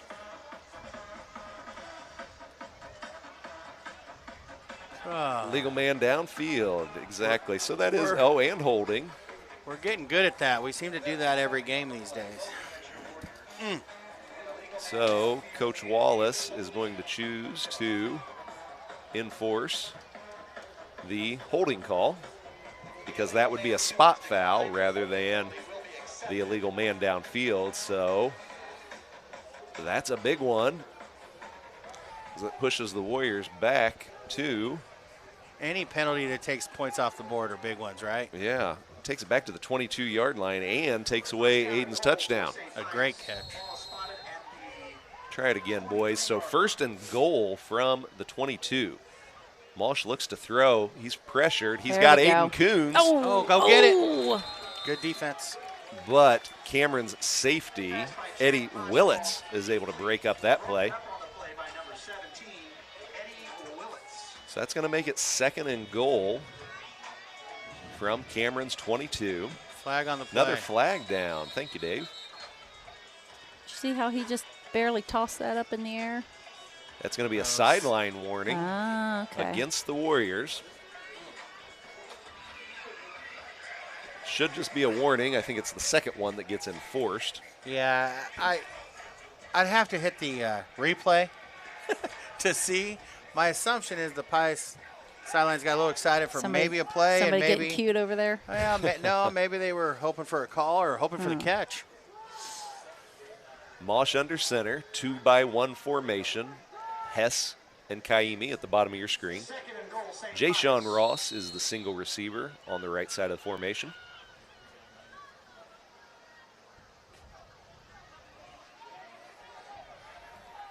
.247 to go. Mosh looks to throw deep. Jay-Sean Ross comes back to the ball. Yes. Touchdown. I told you, glue on the gloves. Catch. I told you. Hey, don't tell the secrets. Touchdown SPX. How about Jay-Sean Ross from 22 yards out. So he and Jack are going to have to talk. That was back shoulder, and Jay-Sean was going back corner. Right. And fortunately, he was able to adjust and haul in that 22-yard touchdown throw from Jack Mosh. It's the same location that Aiden made his great catch. Wilson on for the PAT. Ty Ward to snap and John Kaimi to hold. Nice job, Johnny. Nice. Very nice. And Joey shuffles that through the south goalpost. Tack on another one. It's 21-zip Warriors, 2:41 to go in the second quarter. Yeah. That was a clock management touchdown, maybe. Warriors should have all their timeouts left here, too. So if we can get a quick stop, I would imagine Coach Simone will use those timeouts, and we might try to punch it in again. So quick thanks again to our sponsors tonight, BKD, CPAs and Advisors, Core Physical Therapy and Rehabilitation, Cushmo Designs, County Beverage, The Brandums, and Brett Presco, class of 96 with T-Mobile. Saw the Brandums last night. Oh, did you? Where at? Up here watching their grandson play some Northland Catholic Warrior football. Nice. Yep. Excellent. Saw Matt. Excellent. Yes, the Brandums, a solid Warrior family. Quick check here of the MEC scoreboard. We got an update from the south side of St. Joe. Lafayette is up 7-6 with 3:10 to go in the first quarter. Against Benton. Lafayette up over Benton. Riker Smith takes this There's kickoff. flag. Got some laundry in the backfield there. I tell you what, if Riker is all over the field, he is tough to tackle. He's got a burst, too. Once he had an opening there, he was able to take that ball across the 40-yard line, but all for naught. It looks good until the laundry shows up. Exactly. Mm-hmm. That's right. So flag on the play. It's going to bring back that return. It's a hold against the Dragons. This will get marked off from the 21. Should take it down to about the 11-yard line. Call it the 12. First and 10 for Cameron. 2:31 to go in the second quarter.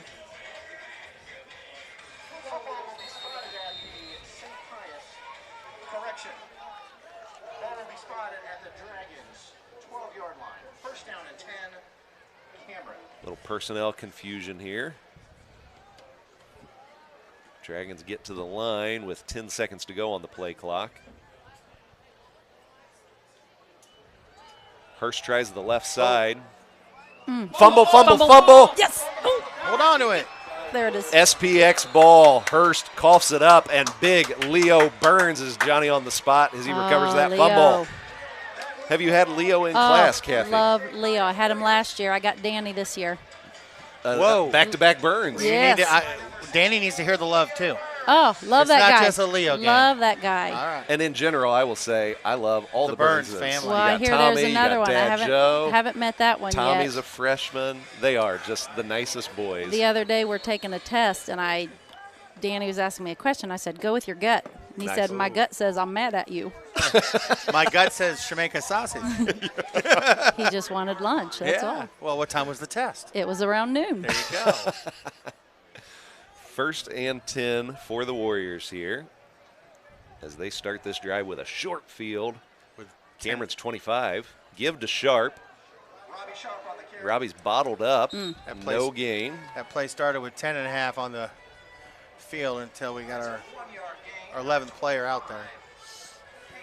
Yeah, a little confusion after the quick change of possession there. So it's going to make it about 2nd and 10. So a unique matchup. Jay Sean Ross was on the left side, 6'4", 6'5". You all know about him now. Well, the DB matchup with him is 5'5". Yeah, I mean, it's a real disadvantage for the Dragons. About there. anything up is going to be a tough play on the defensive back there. And Jay Sean is the lone receiver at the bottom of Oh. your screen. Mosh does a fine job Come on, handling Jack. that high snap. He's got Sharp open. Got him. Yeah, he does. Touchdown, Yes. SPX. Mosh That's to right. Sharp Yes. from the 25-yard line. That was a nice looking play. Good recovery. Jack did a heck of a job fielding that snap, keeping the Jack play did alive. a nice job, but I think Robbie came all the way across the end zone. Yeah, I don't think Just that kind of was followed the ball. Yeah, not exactly how that play was drawn up. No, but that shows you the IQ of Robbie, but also the connection with Robbie and Jack on knowing where he's going to be. Right, they have connected quite a few times over these 4 years. Wilson to attempt the PAT. Wilson is Nice. perfect with the PAT. Quietly, this game has taken a turn, Brett. The momentum has shifted in a big, big way, and it is all over on that west sideline. Well, I don't want people to miss out at the halftime. Don't we get to honor some other seniors? We do. It is senior night tonight, and got to say thank you to class of 91, Jimmy Perlick, standing in for us. Did a fine job as he announced the senior football senior night program. Stood in for us while you and I went down and walked with our boys. And as always, Cheryl Ross did a great job on the PA system. She did. I mean, Cheryl honestly, Ross. where would we all be without Oh, Cheryl Ross? geez. We'd I don't be even know. disorganized. We would wouldn't know be- where to go. Right. What We to do. wouldn't know what to bring. She what ran, time? you know, recovering from an injury. Yeah. She You know how she got that injury? So trying what- to- it was a trying to water ski. It was a bad hamstring, right? Yeah. Cheryl What Ross was thinks she she thinking? can water ski. Well, she made the decision of I'm going to water ski again, so she had recovery. But Cheryl laid up for 6 weeks to make sure that we all figured out what we're doing over here. And obviously, without her, we were missing a lot. Good to have her Joey. back. Good to have her back. That's a nice strong Joey kick. pops this one down to the 5-yard line. Oh, what a block. Right there. Oh, McPhee. Attaboy, Braden. That's not a quarterback hitting. Not at all. That's- Braden McPhee and Francis Paul with the old 1-2. That was Vegas. a great hit. That play, by the way, shows you what it takes to be a kick returner. Because It takes some guts, yeah, doesn't there's it? a lot of guts and bravery because you know you're going to hit somebody and they're going to hit you. I hear they call Braden's little brother Little Vegas. Love it. Yep. Is that Reno? Oh, I don't know. Ooh, nice. I don't know. Yeah. The biggest little town? Right. Biggest little city? So 1:26 to go for the Dragons. Second quarter. Hurst fakes, keeps it inside, gets away from Paul, but he is corralled Pius using timeouts, right? by Shane Dorian. Yeah, I don't think Cameron's out. Timeout SPX, that's right. So as we suspected, Coach Simone smells a little blood in the water here as it's 2nd 11, and he chooses to stop the clock with 1:20 to go in the second quarter. How about Francis Paul coming out for football, his senior year? You know, Brett talked about that the last week or so. It is not only great, and what a really neat thing about St. Pius from my perspective, But Francis is making a difference. Oh, I mean, such a nice guy, I too. kind of want to spin it to say, where you been? Yeah.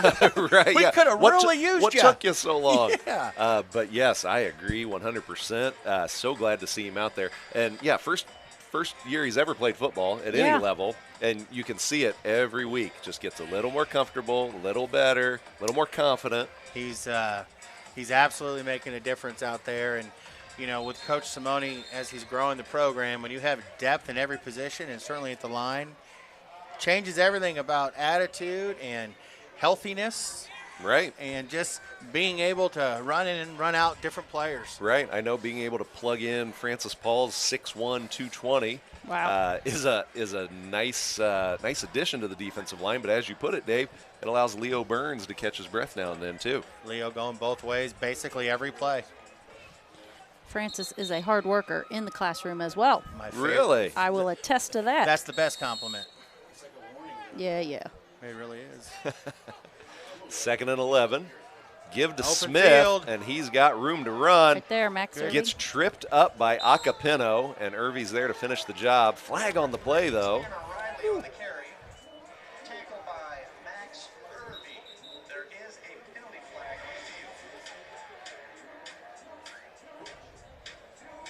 Kathy just got a hello message sent to you from the text line here. Oh, who? Mr. Benjamin Jones. Oh, one of my favorites. Ben Jones. Big Benny Lenny checking in. Jones. Yes. Who haven't you taught? Oh, yeah, I know. You calling me old? No, I just want to know, do you change your test? Well, I have to. I know, because the siblings are coming up now. The book is out. Well, Everybody loves you as a teacher. Oh, Dave, thanks. Did you hear I got a fan club? Did you know about that? I did know about that. Yeah. Yes. Yeah. Fan club. Yeah, during the senior program, Robbie Sharp added to the little biography that they write. He made up a club. Yeah.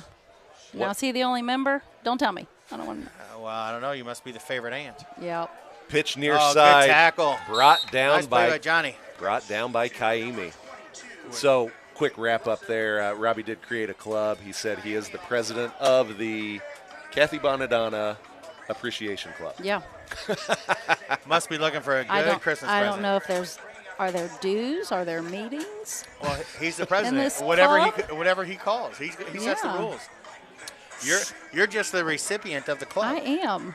The beneficiary of Robbie liking his aunt. 2nd and 7 for the Dragons. 16 seconds to go in the second quarter. Hurst keeps it in the middle. He's brought down Ooh. Good tackle. by Carl Ragusa. And this clock is going to hit zeros with the Warriors up 28-0 going to the locker room. So stay with us at home, folks. We are going to recognize our senior Palm squad and senior cheerleaders. So we will Yeah, what do? Do we turn these things off? we will hit mute here just for a second and get ourselves organized, and Stephen St. John. we will be back just a couple minutes with the Palmies and the cheerleaders.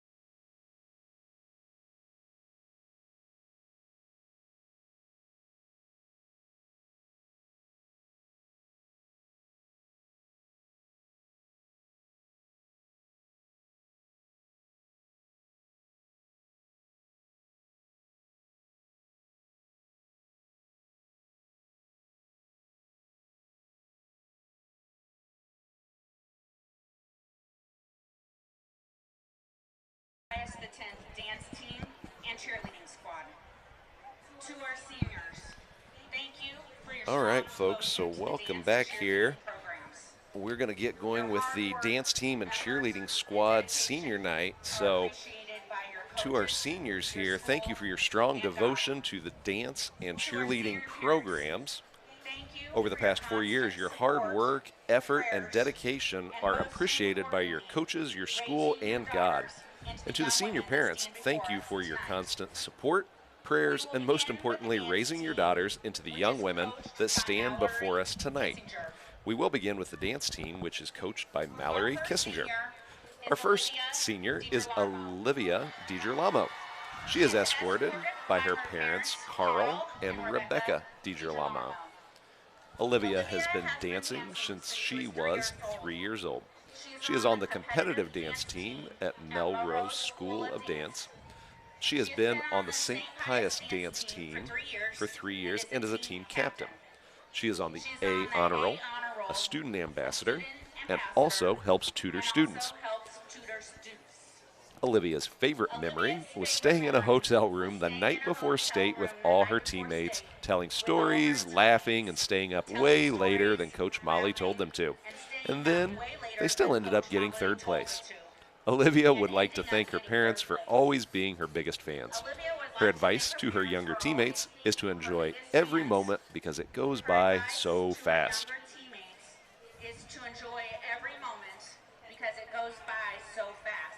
Olivia is another hard worker. She came back from an injury, and she's the captain this year. Nice. Love it. Got that DiGirolamo toughness, right? Yes, indeed. I used to play basketball with her dad, Carl. Oh, yeah? Tough dude for sure. So our next senior is Anna Grace Giordano. She is escorted by her parents, Nick and Gina Giordano. Anna has been dancing since she was 3 years old. She is on the competitive dance team at Melrose School of Dance. Her favorite memory is going to state for the dance team and all the dance competitions in which she has performed. Her advice to underclassmen is to enjoy your time at Pius. It goes by fast. Anna would like to thank her mom and dad who have always been there to help her with anything she has ever needed, and her close friend Victoria, who is always there to help her with school and life. I didn't know what I would do without any of them, she says. I love you all. You know, those two dance at Melrose, which is 2019. Angelina Glorioso danced there. Her mother owns that studio. Oh, really? And Angelina is dancing in L.A. now. Woo! Professional, huh? Yeah. Not bad. Warriors making their mark in That's show business. Right. Indeed. So next, let's talk about our senior cheerleaders coached by Cameron Wilcox. Our first cheerleader is Ella McNeil. She is escorted by her parents, Amy and Luke McNeil. She has been a cheerleader for all 4 years at St. Pius and is a cheer captain. Ella has earned 4 letters in softball and been captain for 2 years. She played soccer for 2 years, basketball for 1, and is a student ambassador. Her favorite memory is the sophomore year homecoming pep rally and TPing the senior boys' houses for homecoming. Her advice for the underclassmen is don't wish away your time in high school because it all goes by way too fast. Did they TP your house senior year? Could they find our house? Somehow I think they did, yeah. Really? Yeah. They even before GPS days, somehow they found our house way out there in Liberty, yes. I think we just left it up because nobody was around. Nobody even cared. Yeah. Our next cheerleader is Mercedes Ornis. She is escorted by Sean and Callie Ornis and Victoria and Kent Snyder. Mercedes is a 4-year cheerleader. Her favorite memory was junior year. Here we go again. TPing the senior boys' houses for homecoming. Fun activity. And Sammy hit a mailbox. Uh-oh, Sammy. Mercedes would like to thank her parents, teachers, and coaches for always pushing her to work her hardest and do her best. Our next cheerleader is Anna Pierce. She is escorted by her parents, Jeanette and Tony Pierce. She has been a cheerleader for 2 years. She is captain of the robotics team, and she also participates in theater, where she will have her 4th performance in November. Anna also throws javelin for track and field and is a tribe leader for the Silver Tribe. Where does she find the time? Yeah, I know. She transferred here sophomore year, and we love her. Nice. Her favorite memory is always following along with any of London's shenanigans. Anna would like to thank her grandparents who have always supported her academic success. She would also like to thank Mrs. Hess, who pushed her to keep moving forward, and Cameron for being the most fun coach she has ever known. Nice, Anna. Now, our final cheerleader is Sammy Young. She is escorted by her parents, Mike and Lisa. Lisa's a class of 92. Lisa Ross, right? Yes, yes. Now, Sammy has been a cheerleader for 4 years and is a cheer captain. She has been a tribe leader and student ambassador for 2 years. Her favorite memory is getting to spend Friday nights with her best friends and, here we go again, TPing the senior boys' houses for homecoming. What happens those nights? Wow. Craziness. Sammy would like to thank her family for supporting her endlessly. To the underclassmen, I will miss you, and my advice is to soak up every minute of high school with your friends because tomorrow is never promised. Seniors, thank you for your dedication to dance and cheer, and we wish you well in all of your future endeavors. Once again, let's give a big round of applause. I'm reading Cheryl's script. Yeah, This is meant for I know. the PA. Sorry. But yes, thank you, girls. You know, the cheer squad, dance squad, oftentimes they get overlooked, but they kind of set the atmosphere they here, do. right? And, you know, Sammy Young, her and I, and Cheryl Ross, we love the Dallas Cowboy Cheerleader Show. Oh, yes. And I told her earlier, I said, no spoilers, because she watches it all on Instagram. And I said, well, we got to chat about that this year. Right. We got our favorites. We talk about them like they're our friends. I love Sammy. Yeah, you get to know them. We do. So Now, here comes the Palm Squad dance with their team. routine. Now, Did you hear that national anthem sung by Anna Sung Gavin, by Anna dance Gavin. team member? She's got some Yes. pipes on her. she does, She Junior. Whitney Houstoned it up at the end there. She does. Junior Anna Gavin always does a terrific job. Yes. It's amazing the talent that we have here for, we just find these national anthem singers just out of the woodwork, it seems like. Well, there were years ago. I remember when I was coaching dance and pom, and people just show up at the game and say, I'm singing tonight. And I'd say, You are just you? take their word Are for you it. now? Just I'd cringe when they're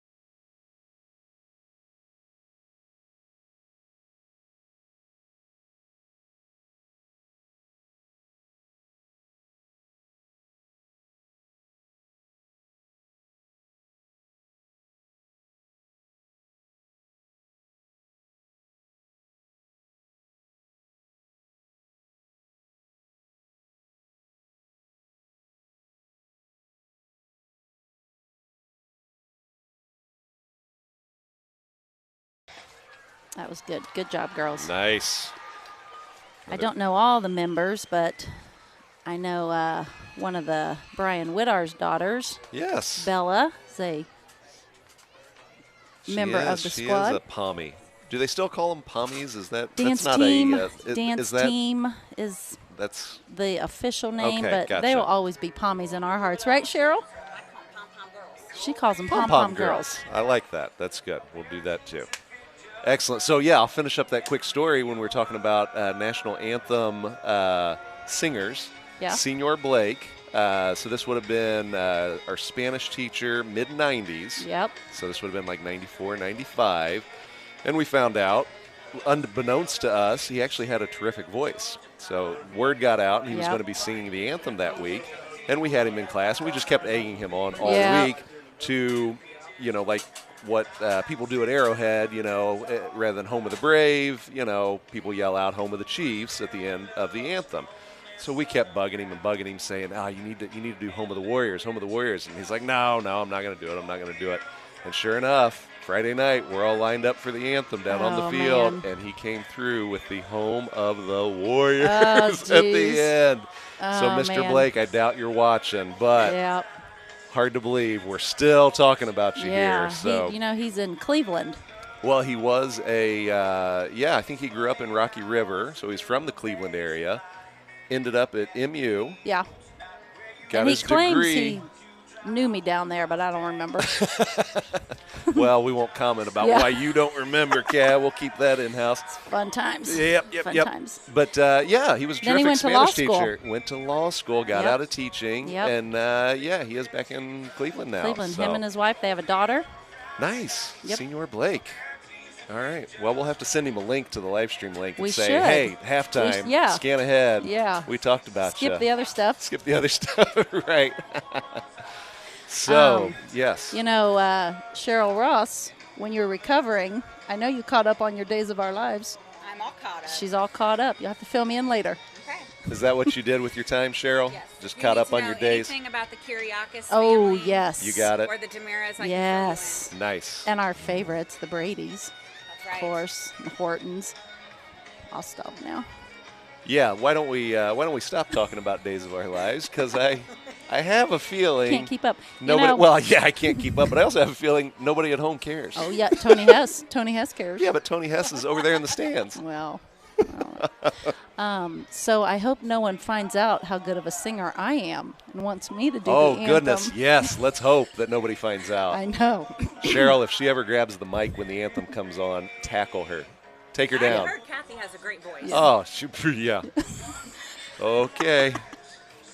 Hey. I don't do a duet. Oh, yes, we should. Cheryl, karaoke at 2 a.m. does not that does counts. not count. That counts. I don't know when you That's heard when her I'm the sing, best singer. but it was That's when we're the best. Yeah. It's when you're feeling your best. Yes. But sounding horrible. We need to give well, you know what? Okay, here's where I heard you sing the most. What? Back at the old Sharp homestead. Yeah. All right. Down at the old I know what Sharp he's gonna say. acreage. Oh, I know what he's going to say. One of the Sharp kids really loved cutting the grass more than anybody else. All right. That was me. And Cheryl, this was not just your normal We had a tractor. ordinary yard. We had like about 4 acres, and Mom and Dad are still there. Yep. About 4 acres to cut. 3. 3.5. Okay. Let's call it 4. It's I only better cut for 3. the story. Okay, yeah. I think it was 30. No, too Big much. yard. You went too far, Kat. So she loved cutting the grass, and we didn't have just a little 42-inch type mower. We had a 1958 Ford farm tractor that was just a beaut, Cheryl. You wouldn't believe this thing. Daddy named it Jerry. Because it was a Ford. Yeah. Well, it was a Ford. Jerry Ford. People name their cars. 37th president. Our dad named it his tractor. Old Jerry. So he taught Kat how to use it. Yep. And this thing was noisy as can be, it's as horrible. 40-year-old farm tractors tend to be.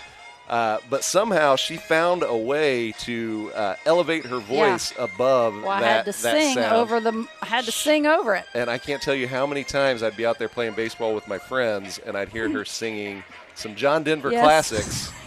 One in particular comes to mind. Thank God I'm a country boy. Yes, I know all the words, Cheryl. Yes. I do. Yep. It was tremendous. Yep.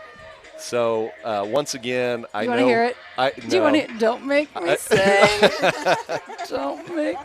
So of all the people in this press box right now, I know Kathy's vocal ability better than anyone, and I again will say it's not much. Keep her away from the mic when the anthem comes I'm just trying to express myself. Yeah, artistically. Yes. Let's musical stylings. Keep those stylings inside, Kat. Yes. All right, so we've got about 4 minutes to go till we rejoin second half action. So we got about 400 kids on the field here. We do. Wow, look at them. It's a dance party out there.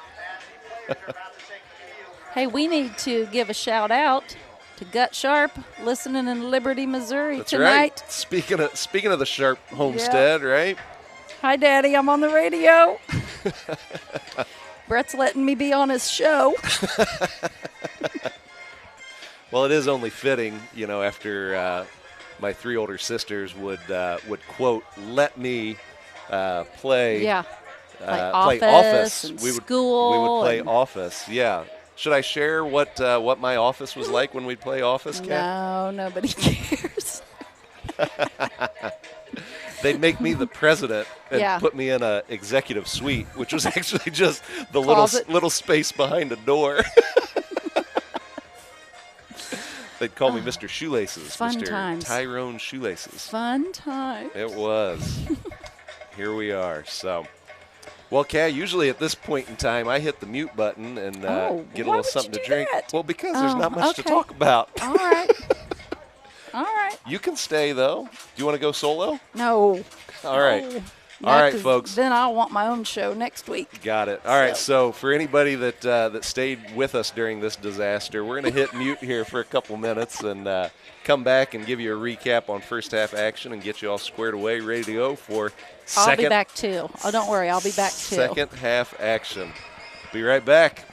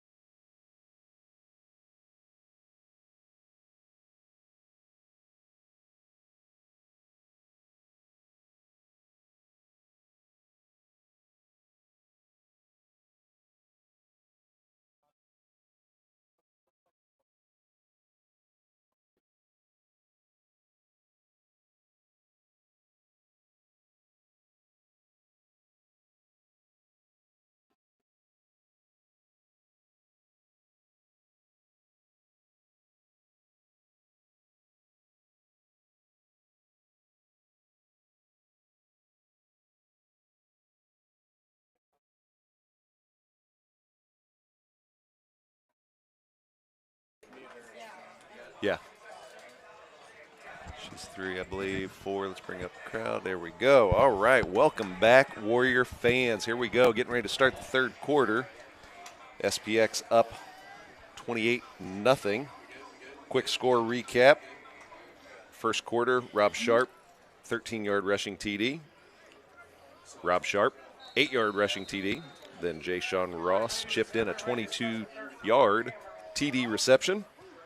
And then Robbie Sharp wrapped up the scoring with a 25-yard TD reception. It's like there's an echo in here. Robbie Sharp. Robbie Sharp. Ain't no Robbie Sharp. So Rob's able to take that kickoff, maybe 15 yards or so, get it across the 25. Flag on the play.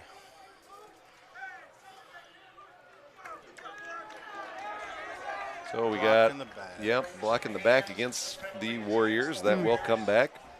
Quick thanks again to BKD, CPAs and Advisors, Core Physical Therapy and Rehabilitation, and Cushmo Designs for sponsoring tonight's live stream.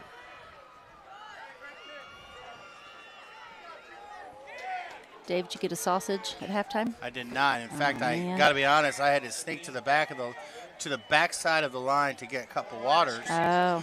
Because the concession stand is rolling. Busy tonight. It is busy tonight. It's a water night. Oh. Flag on the play.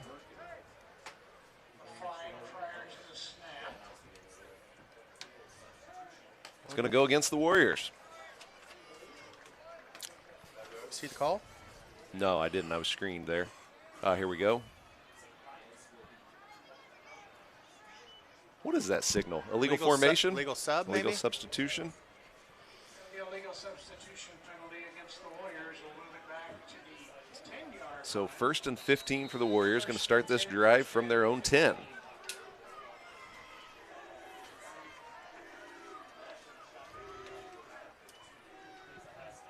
Mosh looks to throw. He's getting pressure right up the gut. Nowhere to go. He's brought down about his own 6.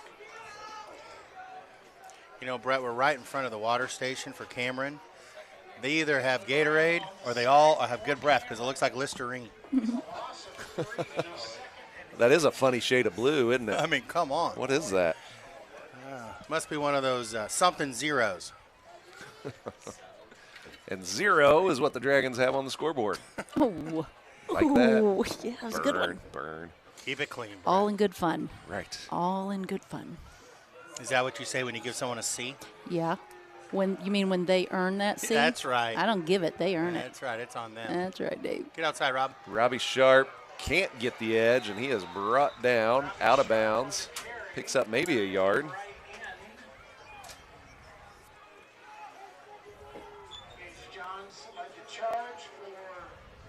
It's going to be 3rd down. Sharp picked up 2 yards. Looks like he's got 7 carries, 51 yards on the night. 3rd and long, Brett. 3rd and long. See what they draw up here. Third and very long. It's 3rd and 16. 11:01 to go in the third quarter. Cameron gets a stop here, and field position's nice for them.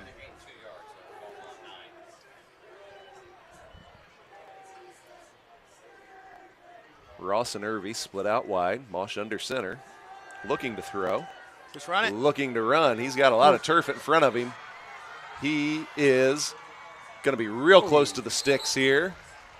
He's got enough. Attaboy, Jackie.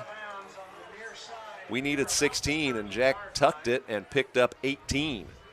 Now, Brett, I might be crazy, but You could stop right there.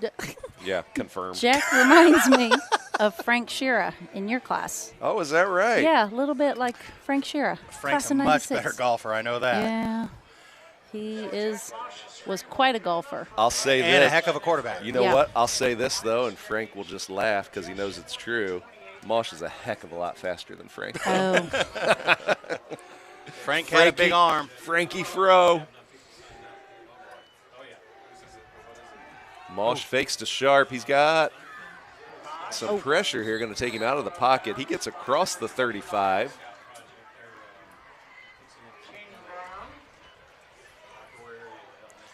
It's going to be 2nd down and 3 after the 7-yard pickup. Guessing that was a secondary good defense because I don't know that Jack was looking to run there, and that was what was left. Yeah, Jack's done a nice job when the Dragons have provided some pressure, but also good coverage in the defensive secondary. Tuck it and run. Take what they give you. The Dragons aren't tall up front, but they're thick, and they're pushing. Give to Sharp. Get outside, Robbie. Breaks free. Oh, good effort. Oh. And Rob's going to be a little short of the sticks there. He came down. He got up high and came down acrobatically. Picks up 1. Looks like 3rd and 2. I think we're on a 3rd down. Officials timeout. I think he might be closer than what we thought here. I think it's 3rd and inches. Yeah. Maybe even less than a football. So getting a measurement. That's why they call Coach Carl Corrado the best clock man in the business. All of us are counting 2nd down, 3rd down. He says we're already measuring, guys. Right, so stretch those chains. What anyone in the booth has learned, this all starts and finishes with the clock guys. Class of 91 represented here in the booth by Jimmy Perlick and Carl Corrado. And pick your favorite job you never wanted. That is the clock guy. Yeah. Yeah, it's not fun. I mean, the clock guys deserve their pay. It is. 3rd and, what, about a foot? 3rd and inches. I'd say a 3rd and the nose of the football. I don't know what they're calling, but I like to see Shane Dorian mixed in on this one. But they could bounce a big play here thinking, hey, they're going to go dive. Yeah. I like sneak, though. We've talked about Jack's ability to find that seam in the front line, find that bubble, and I bet that's what's coming here. Oh, I was wrong. Get up front, Rob. Give it to Robbie Sharp. Break outside, Robbie. Here's your big play. Breaks free. Go. Good first down. Attaboy. Yep. Good job. Oh. Oh, whoa. Heads up. What's Ride going him, on there? Ride him, Cowboy. Yeah. Teammates. For those who couldn't see that, Yeah, I don't think I could. Shane came flying in after trying to fill in for Robbie, and Robbie was jumping to get out of the way and landed on top of Shane like they were piggybacking. It's like his acrobatic feats out there. Yeah, well, Robbie had to do a little high step in there to avoid the trip up, and he ended up getting, what, 8 or 9 more yards because of it? Yeah, we're going to call it, I don't know what that was. That was about a 10-yard pickup. That was a nice run. Effort run, too. 1st and 10 for the Warriors from the 48. Give goes to Dorian. Boy, he's stacked up. Picks up maybe a yard. He's like, come on, guys. One time, let me break through here a little bit. Yeah, Shane has not been able to find much daylight. Seems like he's been kind of jinxed when he gets a carry. There's no room to rumble inside. It's going to be 2nd and 9. Timeout for water.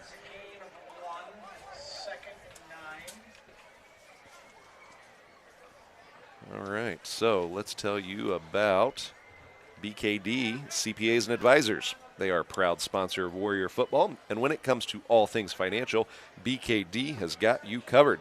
Accounting, wealth management, and tax services, to name just a few. BKD is a national player in the CPA and advisor world, but they've got a Kansas City office with local Kansas City know-how to personally help you. Just contact Jim Still or Luke Gutterman, SPX alum, class of 2000, at 816-221-6300 for all your accounting service needs, or go to bkd.com for more information and to see all the services provided by BKD CPAs and Advisors. You know what looks great, Brett? The smoke from the grill and the cool lights on this great field. Ooh. It's just got a nice aura about it. Aura is a good way to phrase that, Dave. Uh-oh. You can't really hide Jay Sean out here. No. Especially when he came on the field late. Yeah. So we all saw it. Pro left formation for the Warriors. Coons, your tight end on the left side. Mosh looks to throw. He's got Coons deep, but can't connect. Pretty good coverage by the Dragons secondary. Got hit pretty good. You know, Brett, you just talking about the Guttermans. There's some nice guys there. Phil was in your class, Phil right? was a 96. You guys used to call him Filthy G. Filthy G, yes. Nice nickname. Special teams stud. Yes. I like that nickname. Filthy G. And there was You had Phil, Eric, you had Luke. Eric, you had Luke. I think we got the order mixed up. I think it was Phil, Luke, then Eric. Yeah. Well, I got to see a lot of Eric, and one of the most electric athletes you'll see. He was Leaping terrific. abilities that are few and far between. In 3 sports, no less, right? Yeah, tremendous all-around athlete. Football, basketball, baseball. Illegal man downfield on that play. It's going to make it 2nd and 14 for the Warriors. Mosh looks to throw. Whoa. Trying to set up that There screen. it is. from Let's Robbie go deep. Sharp. Robbie, go. Go, go, Go to the go. house. Robbie picks Oh, up there a he goes. block from Leo Burns, but Ah, cannot break free nice play with a long. from Tanner Riley. Yep. A lot of yak there, Brett. There was. And that yak was set up by Robbie's senior classmate, Leo Burns. Good job, Leo. Man, that waited, and then it just opened up. Now, I don't know much, but I think Leo has really improved over the Oh, you know few a lot years. more. You nailed Leo's it, yeah. a massive addition to what's going on out there. Last year, before the Maryville game, him and Frankie John were talking about, what do we got to do? What do we got to do? Leo Burns is a major part of what's going on out there. On both sides of the ball. Ah, And dead this ball. play is going to be flagged. This flag's going against Cameron.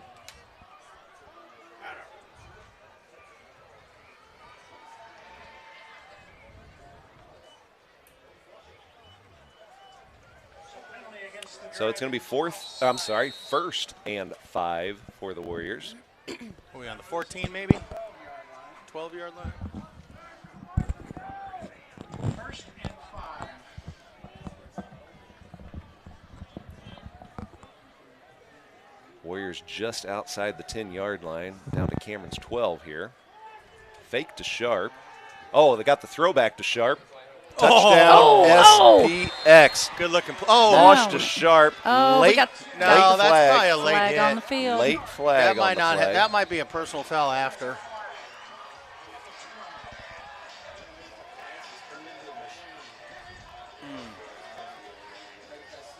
That should have been after the play. We'll see what they call. It was a late flag, and I have no idea what it was. I saw Sharito on the ground. I saw Cameron Dragon on the ground. What do we got? Touchdown is good. Yes. So I'm going Is to it put a- points on the board here. Penalties declined, but what was the penalty? Well, something against Cameron. It might have been a post-play activity. A little bit of wrestling. Well, Cameron picked the wrong Warrior to wrestle with. It looked like they were messing with Frankie John Sharito. Oh, He's not afraid to wrestle. he will tell you how it is. He'll mix it up. He probably did. So points stay on the board, and here comes Joey Wilson on for his 5th PAT attempt of the night. It's going to be a second, though, as the referee heads over to talk to Coach Wallace and explain what caused the flag. Brett, this is an important extra point.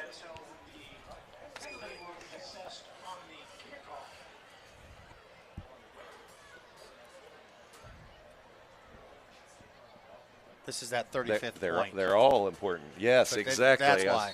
I was waiting. Were you waiting for me I to threw the T-ball put the? up. I'm sorry. All right, I'll let you have it. We got to make it first before it matters. Right. Don't jinx it, Dave. Oh, I feel good about it. Ty Ward with the snap. Kaimi hold. And Joey Wilson with the kick. And it is good. So 35-0 SPX. And why Dave says that's so important is because we are in the second half here. And Missouri State High School rules say once you've got a 35-point lead in the second half, that clock starts running. So Perlick and Corrado to my left here will not have such an itchy trigger finger. They might clock out. Ooh, pun intended. Good one, Dave. Attaboy, That was a good Dave. one. So the clock does stop, though, on a change of possession or after a score, but our night will probably get a little bit shorter here. Unless, of course, Cameron puts points on the board. You know, you were talking about Frankie John earlier. Yes. I don't know if you guys noticed, but they were doing a kickoff, and he was motioning to our crowd to get them fired up. Did you see that? Always the energy. Yep. One of his absolute strengths. He will get everyone excited and make everyone play for each other. I think he gets that from his father, Frank Sherito. Mom and dad, both. Yeah. His both mom. are great. Mom's one of the funniest people I know. Oh, for sure. What happened to Tony's drum? She used to bring that drum last year, remember? Well, I think that was a combo of two families that shared it with the stands now. Oh, okay. So we're way back. See if Joey can put one in the end zone from here. Yeah, so now he gets a leg one out. We got a personal foul against the Warriors. So Joey's going to kick off from his own 25, and that's why this kick only gets to about the 22. McCann down on coverage. Great job, Reed. Oh, he's still going. He's still going. Got it. Knock him out. That's all right. What a run by Riker Smith as he wiggles free of McCann, Paul, and other Warriors, but finally gets pushed out of bounds at his own 41. Is this an appropriate time to say, got to wrap up? Wow, you got do know. to wrap it up. You do know your football, Kathy. Yes. Impressive. Dynamite drop in once again. Yeah. Dave, do we have any MEC scoreboard updates? A very interesting one with almost 5 minutes left in the third quarter. Chillicothe leading Maryville 19-15. Wow. What a game. Two good teams. Nail biter up there. Where are they playing? I think that might be at Chillicothe.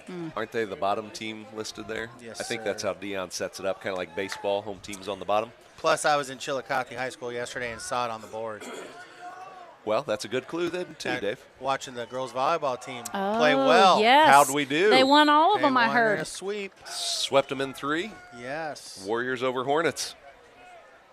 Yes. Played real well. Refresh me. Warrior volleyball undefeated? Undefeated. Our setter, Nina Mans, just got her 1,000th set. I saw that. Wow. Which is a nice accomplishment. 1,000. They're playing very well as a team, and they're playing together, and looks like Coach Daniels is enjoying the sidelines and enjoying the girls, and it's all good. Competition will continue to get better and better, right? Like everything. It has a way of doing that as you move through the season. That's right. We certainly see it on the football field here. Absolutely. Hurst keeps this up the middle, and he's brought down by Ross and Carl Ragusa. Ragusa's racking up the tackles tonight. He's having a great game. In fact, I saw his uncle, Michael Pizzichino. Yes. And he was up there watching, and I said, Carl single-handedly stopped the first drive. He did. He had he every turned tackle. in a Ragusa 3 in a row. The new turkey. That's right. 3rd and 5 for the Dragons. 7:10 to go in the third quarter. Hurst look at that blitz. Can't connect, and I'm sorry, that wasn't Hurst on the pass attempt. That was Hurst. Yeah, great penetration on the blitz by Vince Acapino. 6 was flying in there. 6 can cover some ground. Yes.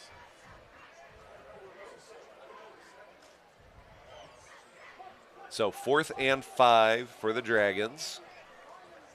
And here comes the punt team.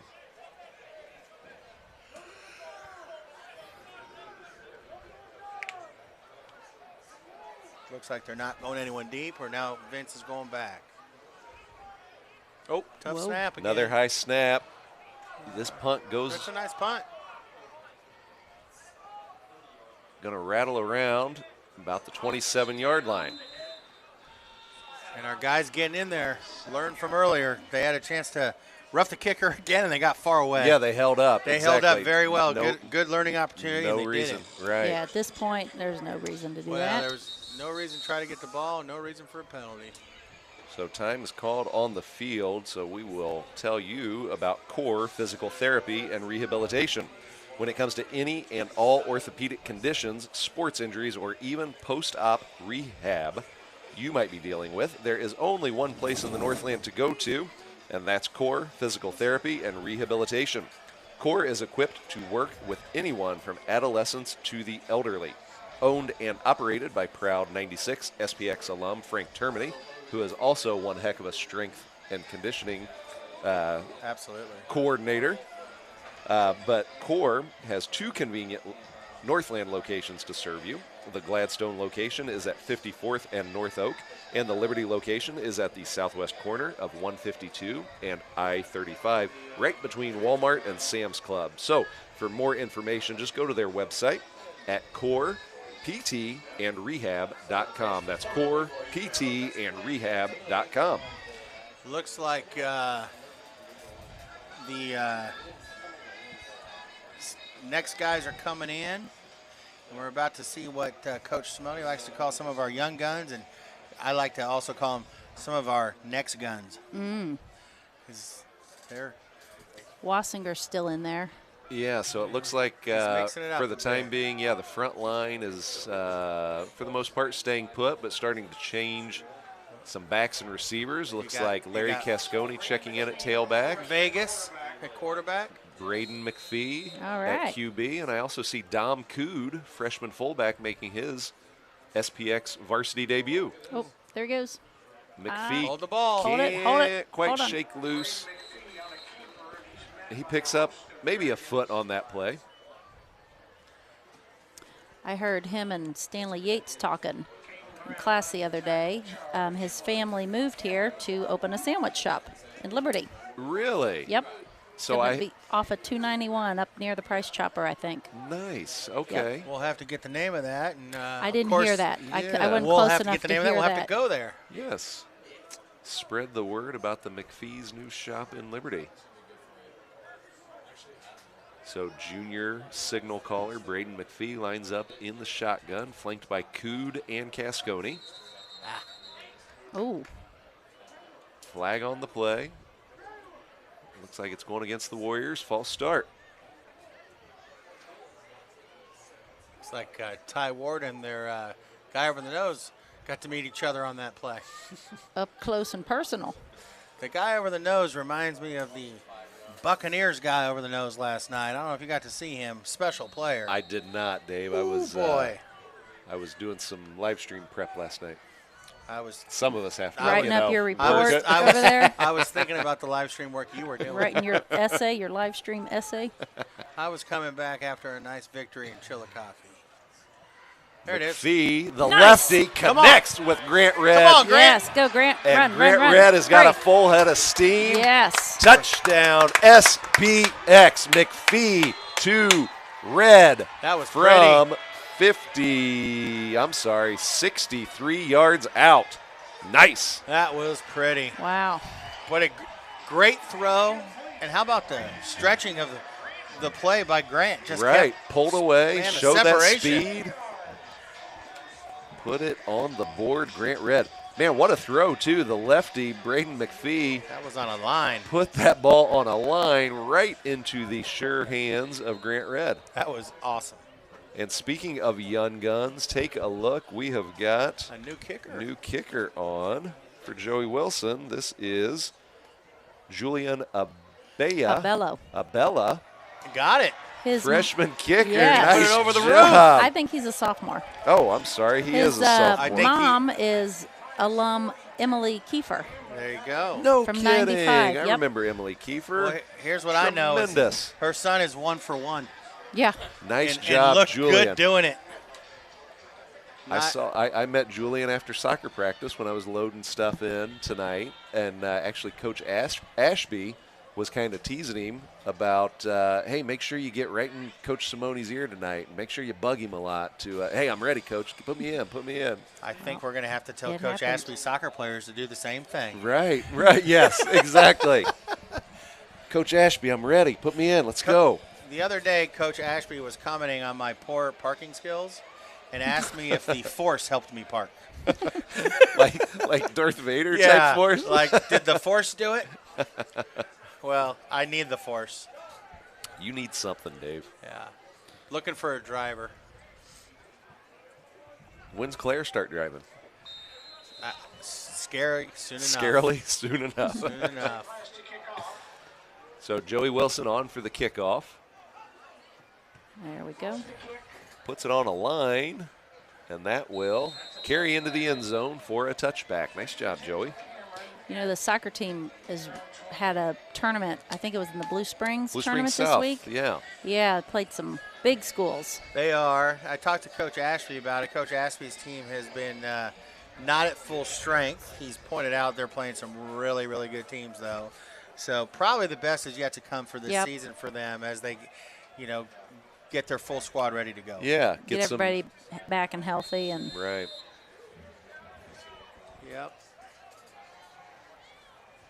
Cameron will start this offensive possession from their own 20-yard line.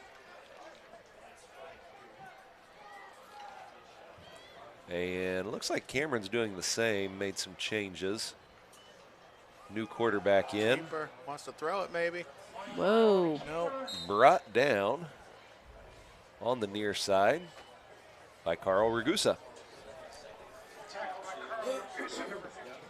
Looks like It's a loss of 3. Second and 13.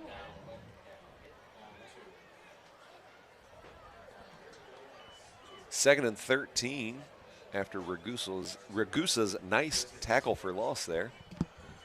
those are worth more than 3 yards. Tackle for losses are, you know, demoralizing. That just really ruined your night then, huh? Yeah, you want positive yards. Yes, Negative doesn't work. Indeed. And Cameron calls timeout with 3:44 to go in the third, 42-0 Warriors. And we'll take a minute here, give you a quick thank you to our Warrior Pride Booster Club sponsors, Richard Booth, Anna and Michael Gibson, Brenda and Dennis King, Matt and Kim Lanyo, Matt's an 04, Tommy Marks, class of 98, Carl Moley, class of 92, Jenny and Dave Mosh, Tim and Sherry Presco, Tim, class of 76, Greg and Amy Ringel, Greg's from 81, and Florence Shira, class of 88, Art and Cindy Wagner, and also the Witherow family. Thank you so much for your support of the Warrior Pride Booster Club.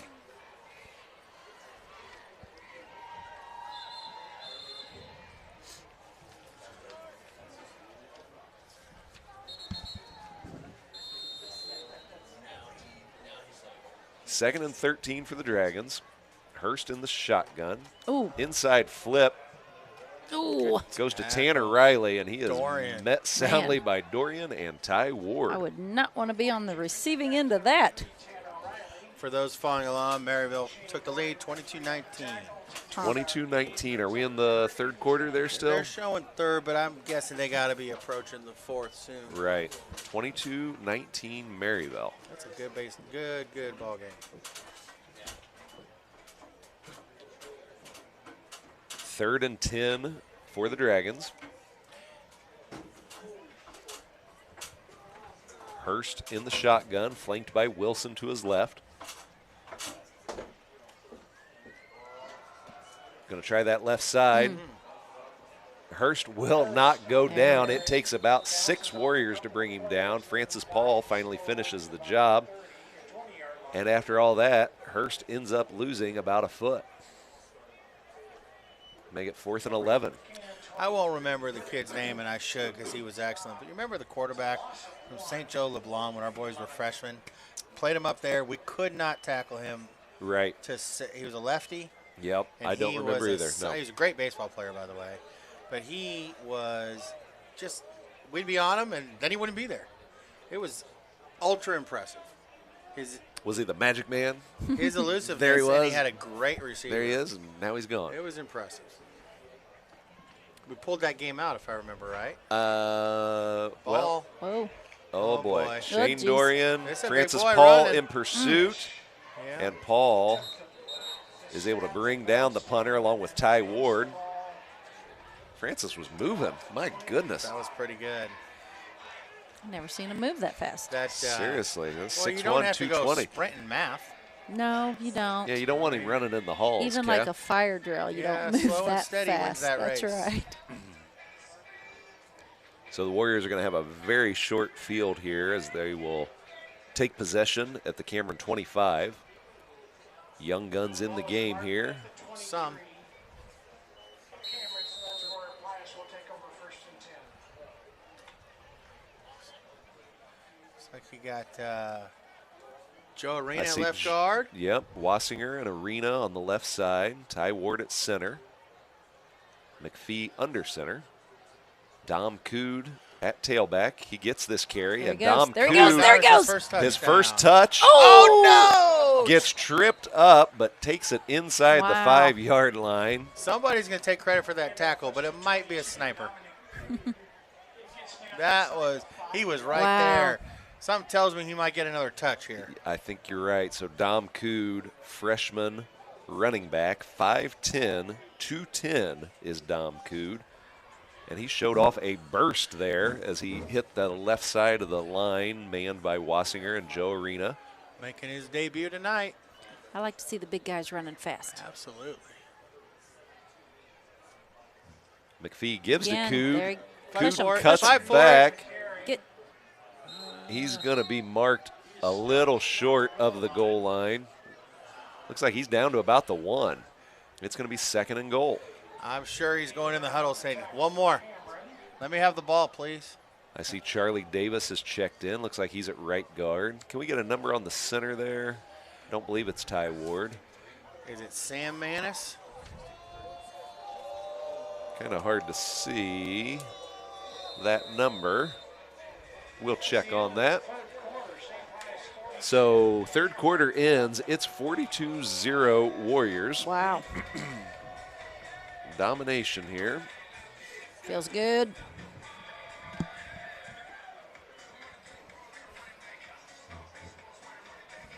All right, let me finish up.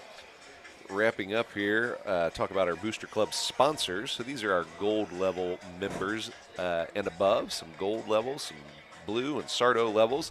Johnny Cascone, class of 93. Carrie and Mike Emmons, they're of course with Whole Harvest and Zone 6 Fitness in North Kansas City. Chris Monachino, class of 83. Roma Bakery and the Corrado family. Andrew and Janine Romano, class of 94, and they're with Cumpy's Sports and Apparel. Jim and Cheryl Ross, class of 88 and 91.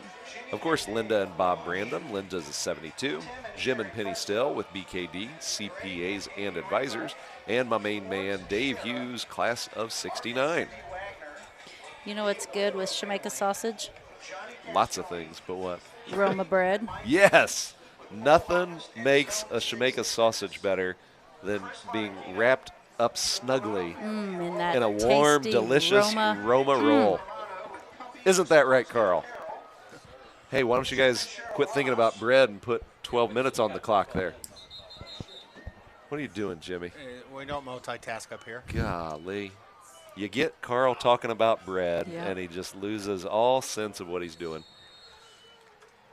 All right, so 2nd and goal for the Warriors here. From the Cameron 3, give to Cood, and the Dragons know what's coming. They stack up Dom. He picks up maybe a yard. He's trying to earn it, isn't he? And Coach Palm's trying to give it to him after Dom showed that burst from the 25-yard line, picked up about 23 yards and got tripped up on his way to pay dirt. But we'll have to see if maybe we show a little deception here as we've got 3rd and goal from the 2.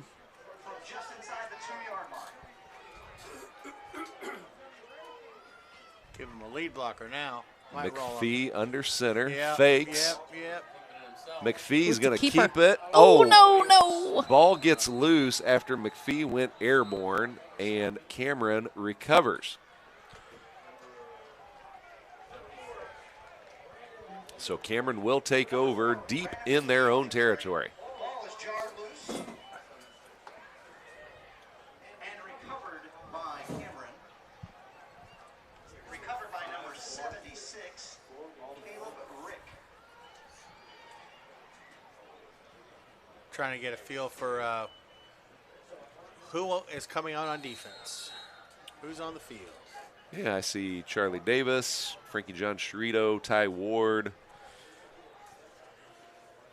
Jesse Lee over at corner on the near side. Larry Cascone at safety.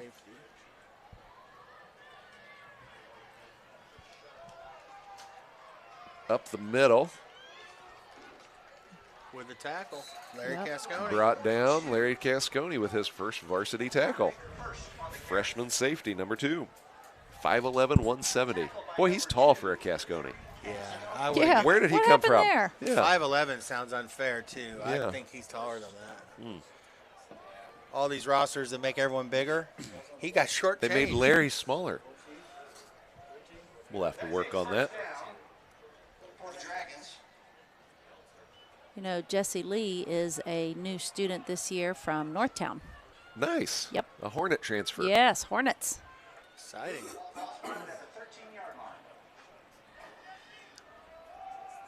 Inside keeper, stacked up by the Warrior defense.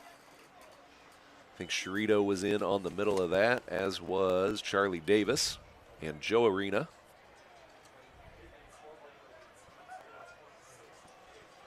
Got some more personnel changes being made here.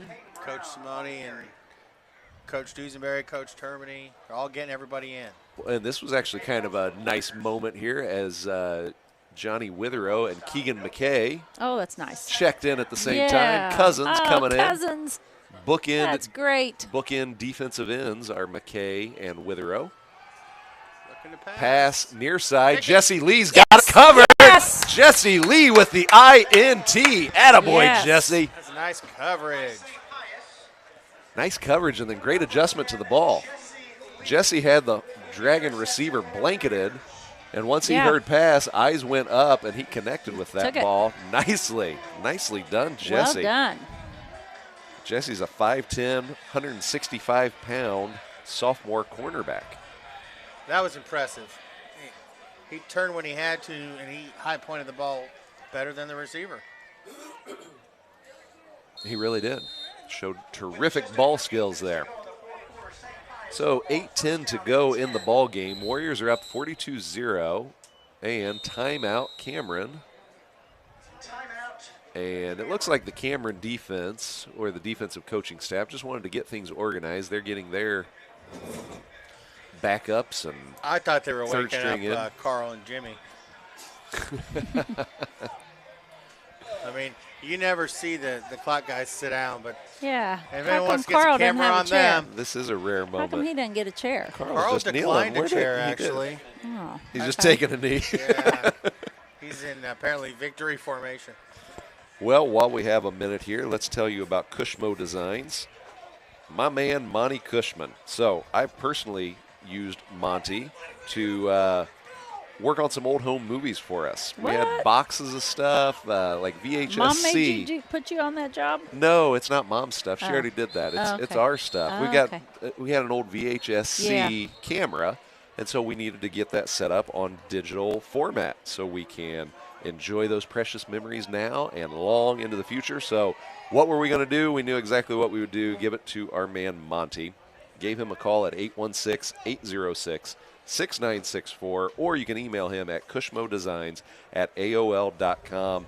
Get your stuff together, give it to Monty, and he will preserve those precious memories into digital format so you can enjoy them for years to come. He's so responsive. I think if I yelled Monty, he'd like just He'd show pop up. Yeah. I mean, somehow he'd connect with you and say, how can I help you? Right. And help he does. I have gotten to know Monty pretty well in the last year since he started helping us with our live stream operation, and Dave nailed it. He is just a do anything for you type of guy. I've never worked with anybody nicer.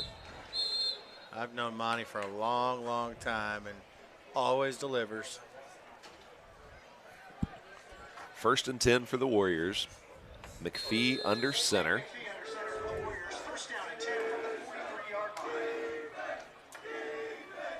Give goes to Go, Cascone. Larry. Larry's Come got on, room Larry. to Go, go, go. run. Nice run. Larry's going to move the sticks as he gets across the 30-yard line. Larry's showing some vision, some shiftiness, and then some speed. And that front line did a nice job getting Larry to the second level. Absolutely. I see River Bullen over at left tackle there. I see Danny Burns at right tackle. Oh, my man, Danny Burns. What's your gut tell you, Yeah. Danny? He said he's mad at me. Johnny Witherow at tight end. Charlie Davis, right guard. I think Joe Arena at left guard. We still got to get a number on that new center. I'm watching you. I'm with you.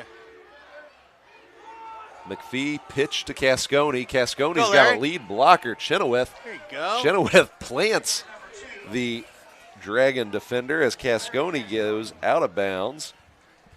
Larry and Maddox Chenoweth. Longtime teammates, right? Teammates. Coming Great from, school teammates. Coming from the still the Necco Raiders organization together. I would say their futures look extremely bright. Indeed they do. Among many you know others. What? That is Ty Ward at center. Yeah, now we got a good read on that number. Number 50, sophomore center, also handles the long snapping duties for the Warriors. McPhee gives to Chenoweth on the crossbar. There it is. Maddox has got room to roam. Maddox Chenoweth punches it in. Touchdown, SPX. And a flag. Yeah, a little late tackle. Yeah, that'll be an unsportsmanlike against the Dragons. The touchdown will stand. That's going to be a 15-yard TD rush for freshman Maddox Chenoweth. I'm sure Maddox's family, who I saw at halftime, is pretty fired up right now. 6:33 to go in the game. On to kick is sophomore kicker, number 37, Julian Abella. Are we sure it's not Abella? It's Abella? I think it's Abella. Emily, And I'm pretty sure his dad is an attorney. Abella? Yes. Very good. Emily, I'm sorry we're not familiar with the name there. And I believe he plays soccer also. I know he did. Oh, yeah, okay. I saw him coming off the soccer practice Oh, that's field. right. Yeah, Plays you baseball, said too. that. Really? Attaboy Julian. And Julian Oh, did it get up there? couldn't Nope. quite put this one through. But he's getting some terrific experience. He's getting some practice. Under the lights here tonight on the varsity field. So 6:33 to go. It is 48-0 Warriors. All Warriors all the time here tonight.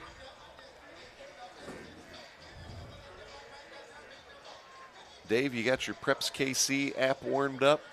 We got a little lull in the action. So like we mentioned early on here, this is the opening night of conference action in the Midland Empire Conference. Always nice to have our friend Dion Clisso updating everything for everybody to see it. Preps KC is definitely the go-to spot when it comes to high school football information in the KC metro area. So Maryville has taken the lead 29-19 with 9:45 left in the fourth against Chillicothe. That has to be a heck of a game. Right. And I don't know. Last time I looked, there was not an update on the St. Joe Lafayette Benton game, and there's still not an update. So something has frozen there. Okay, gotcha. There's So remember that late flag, that unsportsmanlike conduct flag on Chenoweth's touchdown.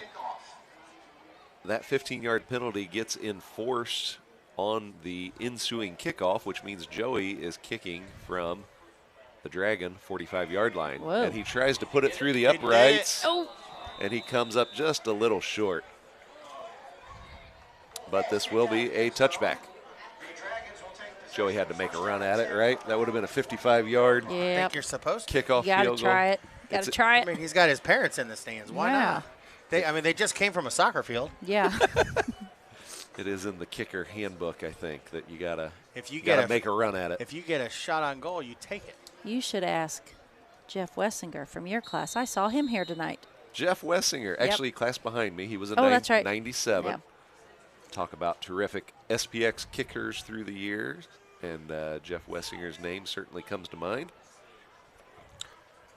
Pretty good secondary player, too. One heck of a safety, for sure. So the Dragons getting organized on offense here. They've got backups in the game. Inside give goes Got him. Good run. across the 25. Brought down by Chenoweth, Cascone, and Rodriguez. Cisco Rodriguez. Oh, that guy. Love that kid. That is a hard worker right there, Cisco. Cisco Rodriguez, a Yes. former Northland Catholic Warrior. He is a 5'8", 180-pound sophomore linebacker, number 43. I believe he's the third of Rodriguez. the Rodriguez boys. There was Rico and Xavier, who we called X-Rod. Of course, that fits. Oh, wild snap here. Witherow and Davis combine behind the line of scrimmage to bring down the Dragon ball carrier. Witherow and Davis showing a burst there. Number 22, Dayton Wilson, sacked for a loss.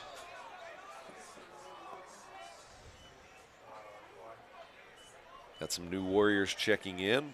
Looks like number 57, sophomore Jason Hall, joins the linebacking core with Rodriguez and Joe Bonino. Joe Arena, Joe Bonino. Give on the right side. Fill it, boys. Oh, woo! Submarine tackle made by the Warrior cornerback on that far side. Braden McPhee getting it done on both sides of the ball tonight. It's going to make it 4th and 9 for the Dragons. Got some other Warriors in the game checking in here. Looks like Ryan King at free safety. Jackson Rotterman, freshman outside linebacker. That brings up a 4th down and 9. Landreth back deep. Yeah, Cameron opting to punt here. And as often happens at this point in the game, you can't put together a second team punt team. So the first team punt team comes out. Nick Landreth back to return for the Warriors. He might get a shot at this one. Oh, boy. Attaboy, Nick, take a run at it. Fast. That's a great Put your wheels on. There he goes. Nice job, sophomore Nick Landreth. Nice and aggressive. He exploded. He did. He fielded that punt with a full head of steam. Wow. Picked up about 25 yards on the return. Nice job, Nick. That was very nice. One thing I've noticed from a couple years ago when I was team mom, yes, and I knew everybody's number, we got some new numbers this year. Like Charlie Davis used to be 10. Right. Well, and we talked about Carl Ragus early on. Yeah, what's he, 53 now? He used to be 35. So both Charlie and Carl made a move to the offensive line. I see. Well, there's another change that comes too. You need more uniforms. There's more players. Right. Absolutely. Up to like 72 boys now in the program. Dave, I remember when I had Jack in class and he was talking about how he's switching to number 7. And I was like, oh, because of your uncle. Yeah, Tommy. His freshman year, he had to wear 10. Yeah. 7 was. Now he's 7. 7 was Johnny occupied. Johnny Joe Liberto. Seniors take reign as they should. Yeah. You know, but yeah, I think his uncle Tommy Cascone wanted him to wear 7 since he was a little boy, and he did. Yep. So. Made it happen. Yeah. Put some pressure on him, too. Because when he was finished with it at St. Pius, he gave it to one of St. Pius's greats, Nick Zigarelli. Nicky Zig, yes. And made it very clear. I saw him last night. You better night. live up to the number. He was up here last night watching the North Lane Catholic Warriors also. Very nice. Yep. I remember watching Nick out here. Unbelievable player. Yeah, talk about terrific returners after we just watched Nick Landreth's fantastic punt return there. There was probably none better in Pius history than Nick Ziccarelli when it came to returning kicks. Yeah, he was pretty good on everything else, too. One of the best I've seen. Oh, good. Whoa. Hold that ball, man. Wasn't it Nick? That's who had the old squat record, right? That Robbie broke this summer. Right. It was. Right. Yep. Tells you how strong Robbie is, because Nick's no slouch. I heard he's real mad at Robbie, too. Is he holding a grudge? Yeah. Checking into the game is sophomore O-lineman Christian Warner. Records are meant to be broken. Christian Warner. Wow. If you're not breaking records, then we're not Nobody's growing. getting better. That's right. Yes. Records are meant to be broken. And of course, you guys were joking. Nick is not upset. No, He made joined that video, Robbie at that nice video where he congratulating him. hung up Robbie's name on, Larry. on the Get to that record corner. board. Larry Cascone finds the edge and takes this ball around the left side down to the 10-yard line of Cameron. Larry's running with an edge, too. Really. Nice stiff arm to finish that run. Planting his foot, going. Yes, sir. I think Larry Cascone wants some points here, but he is going to have to beat the clock. There's a minute to go in this ball game.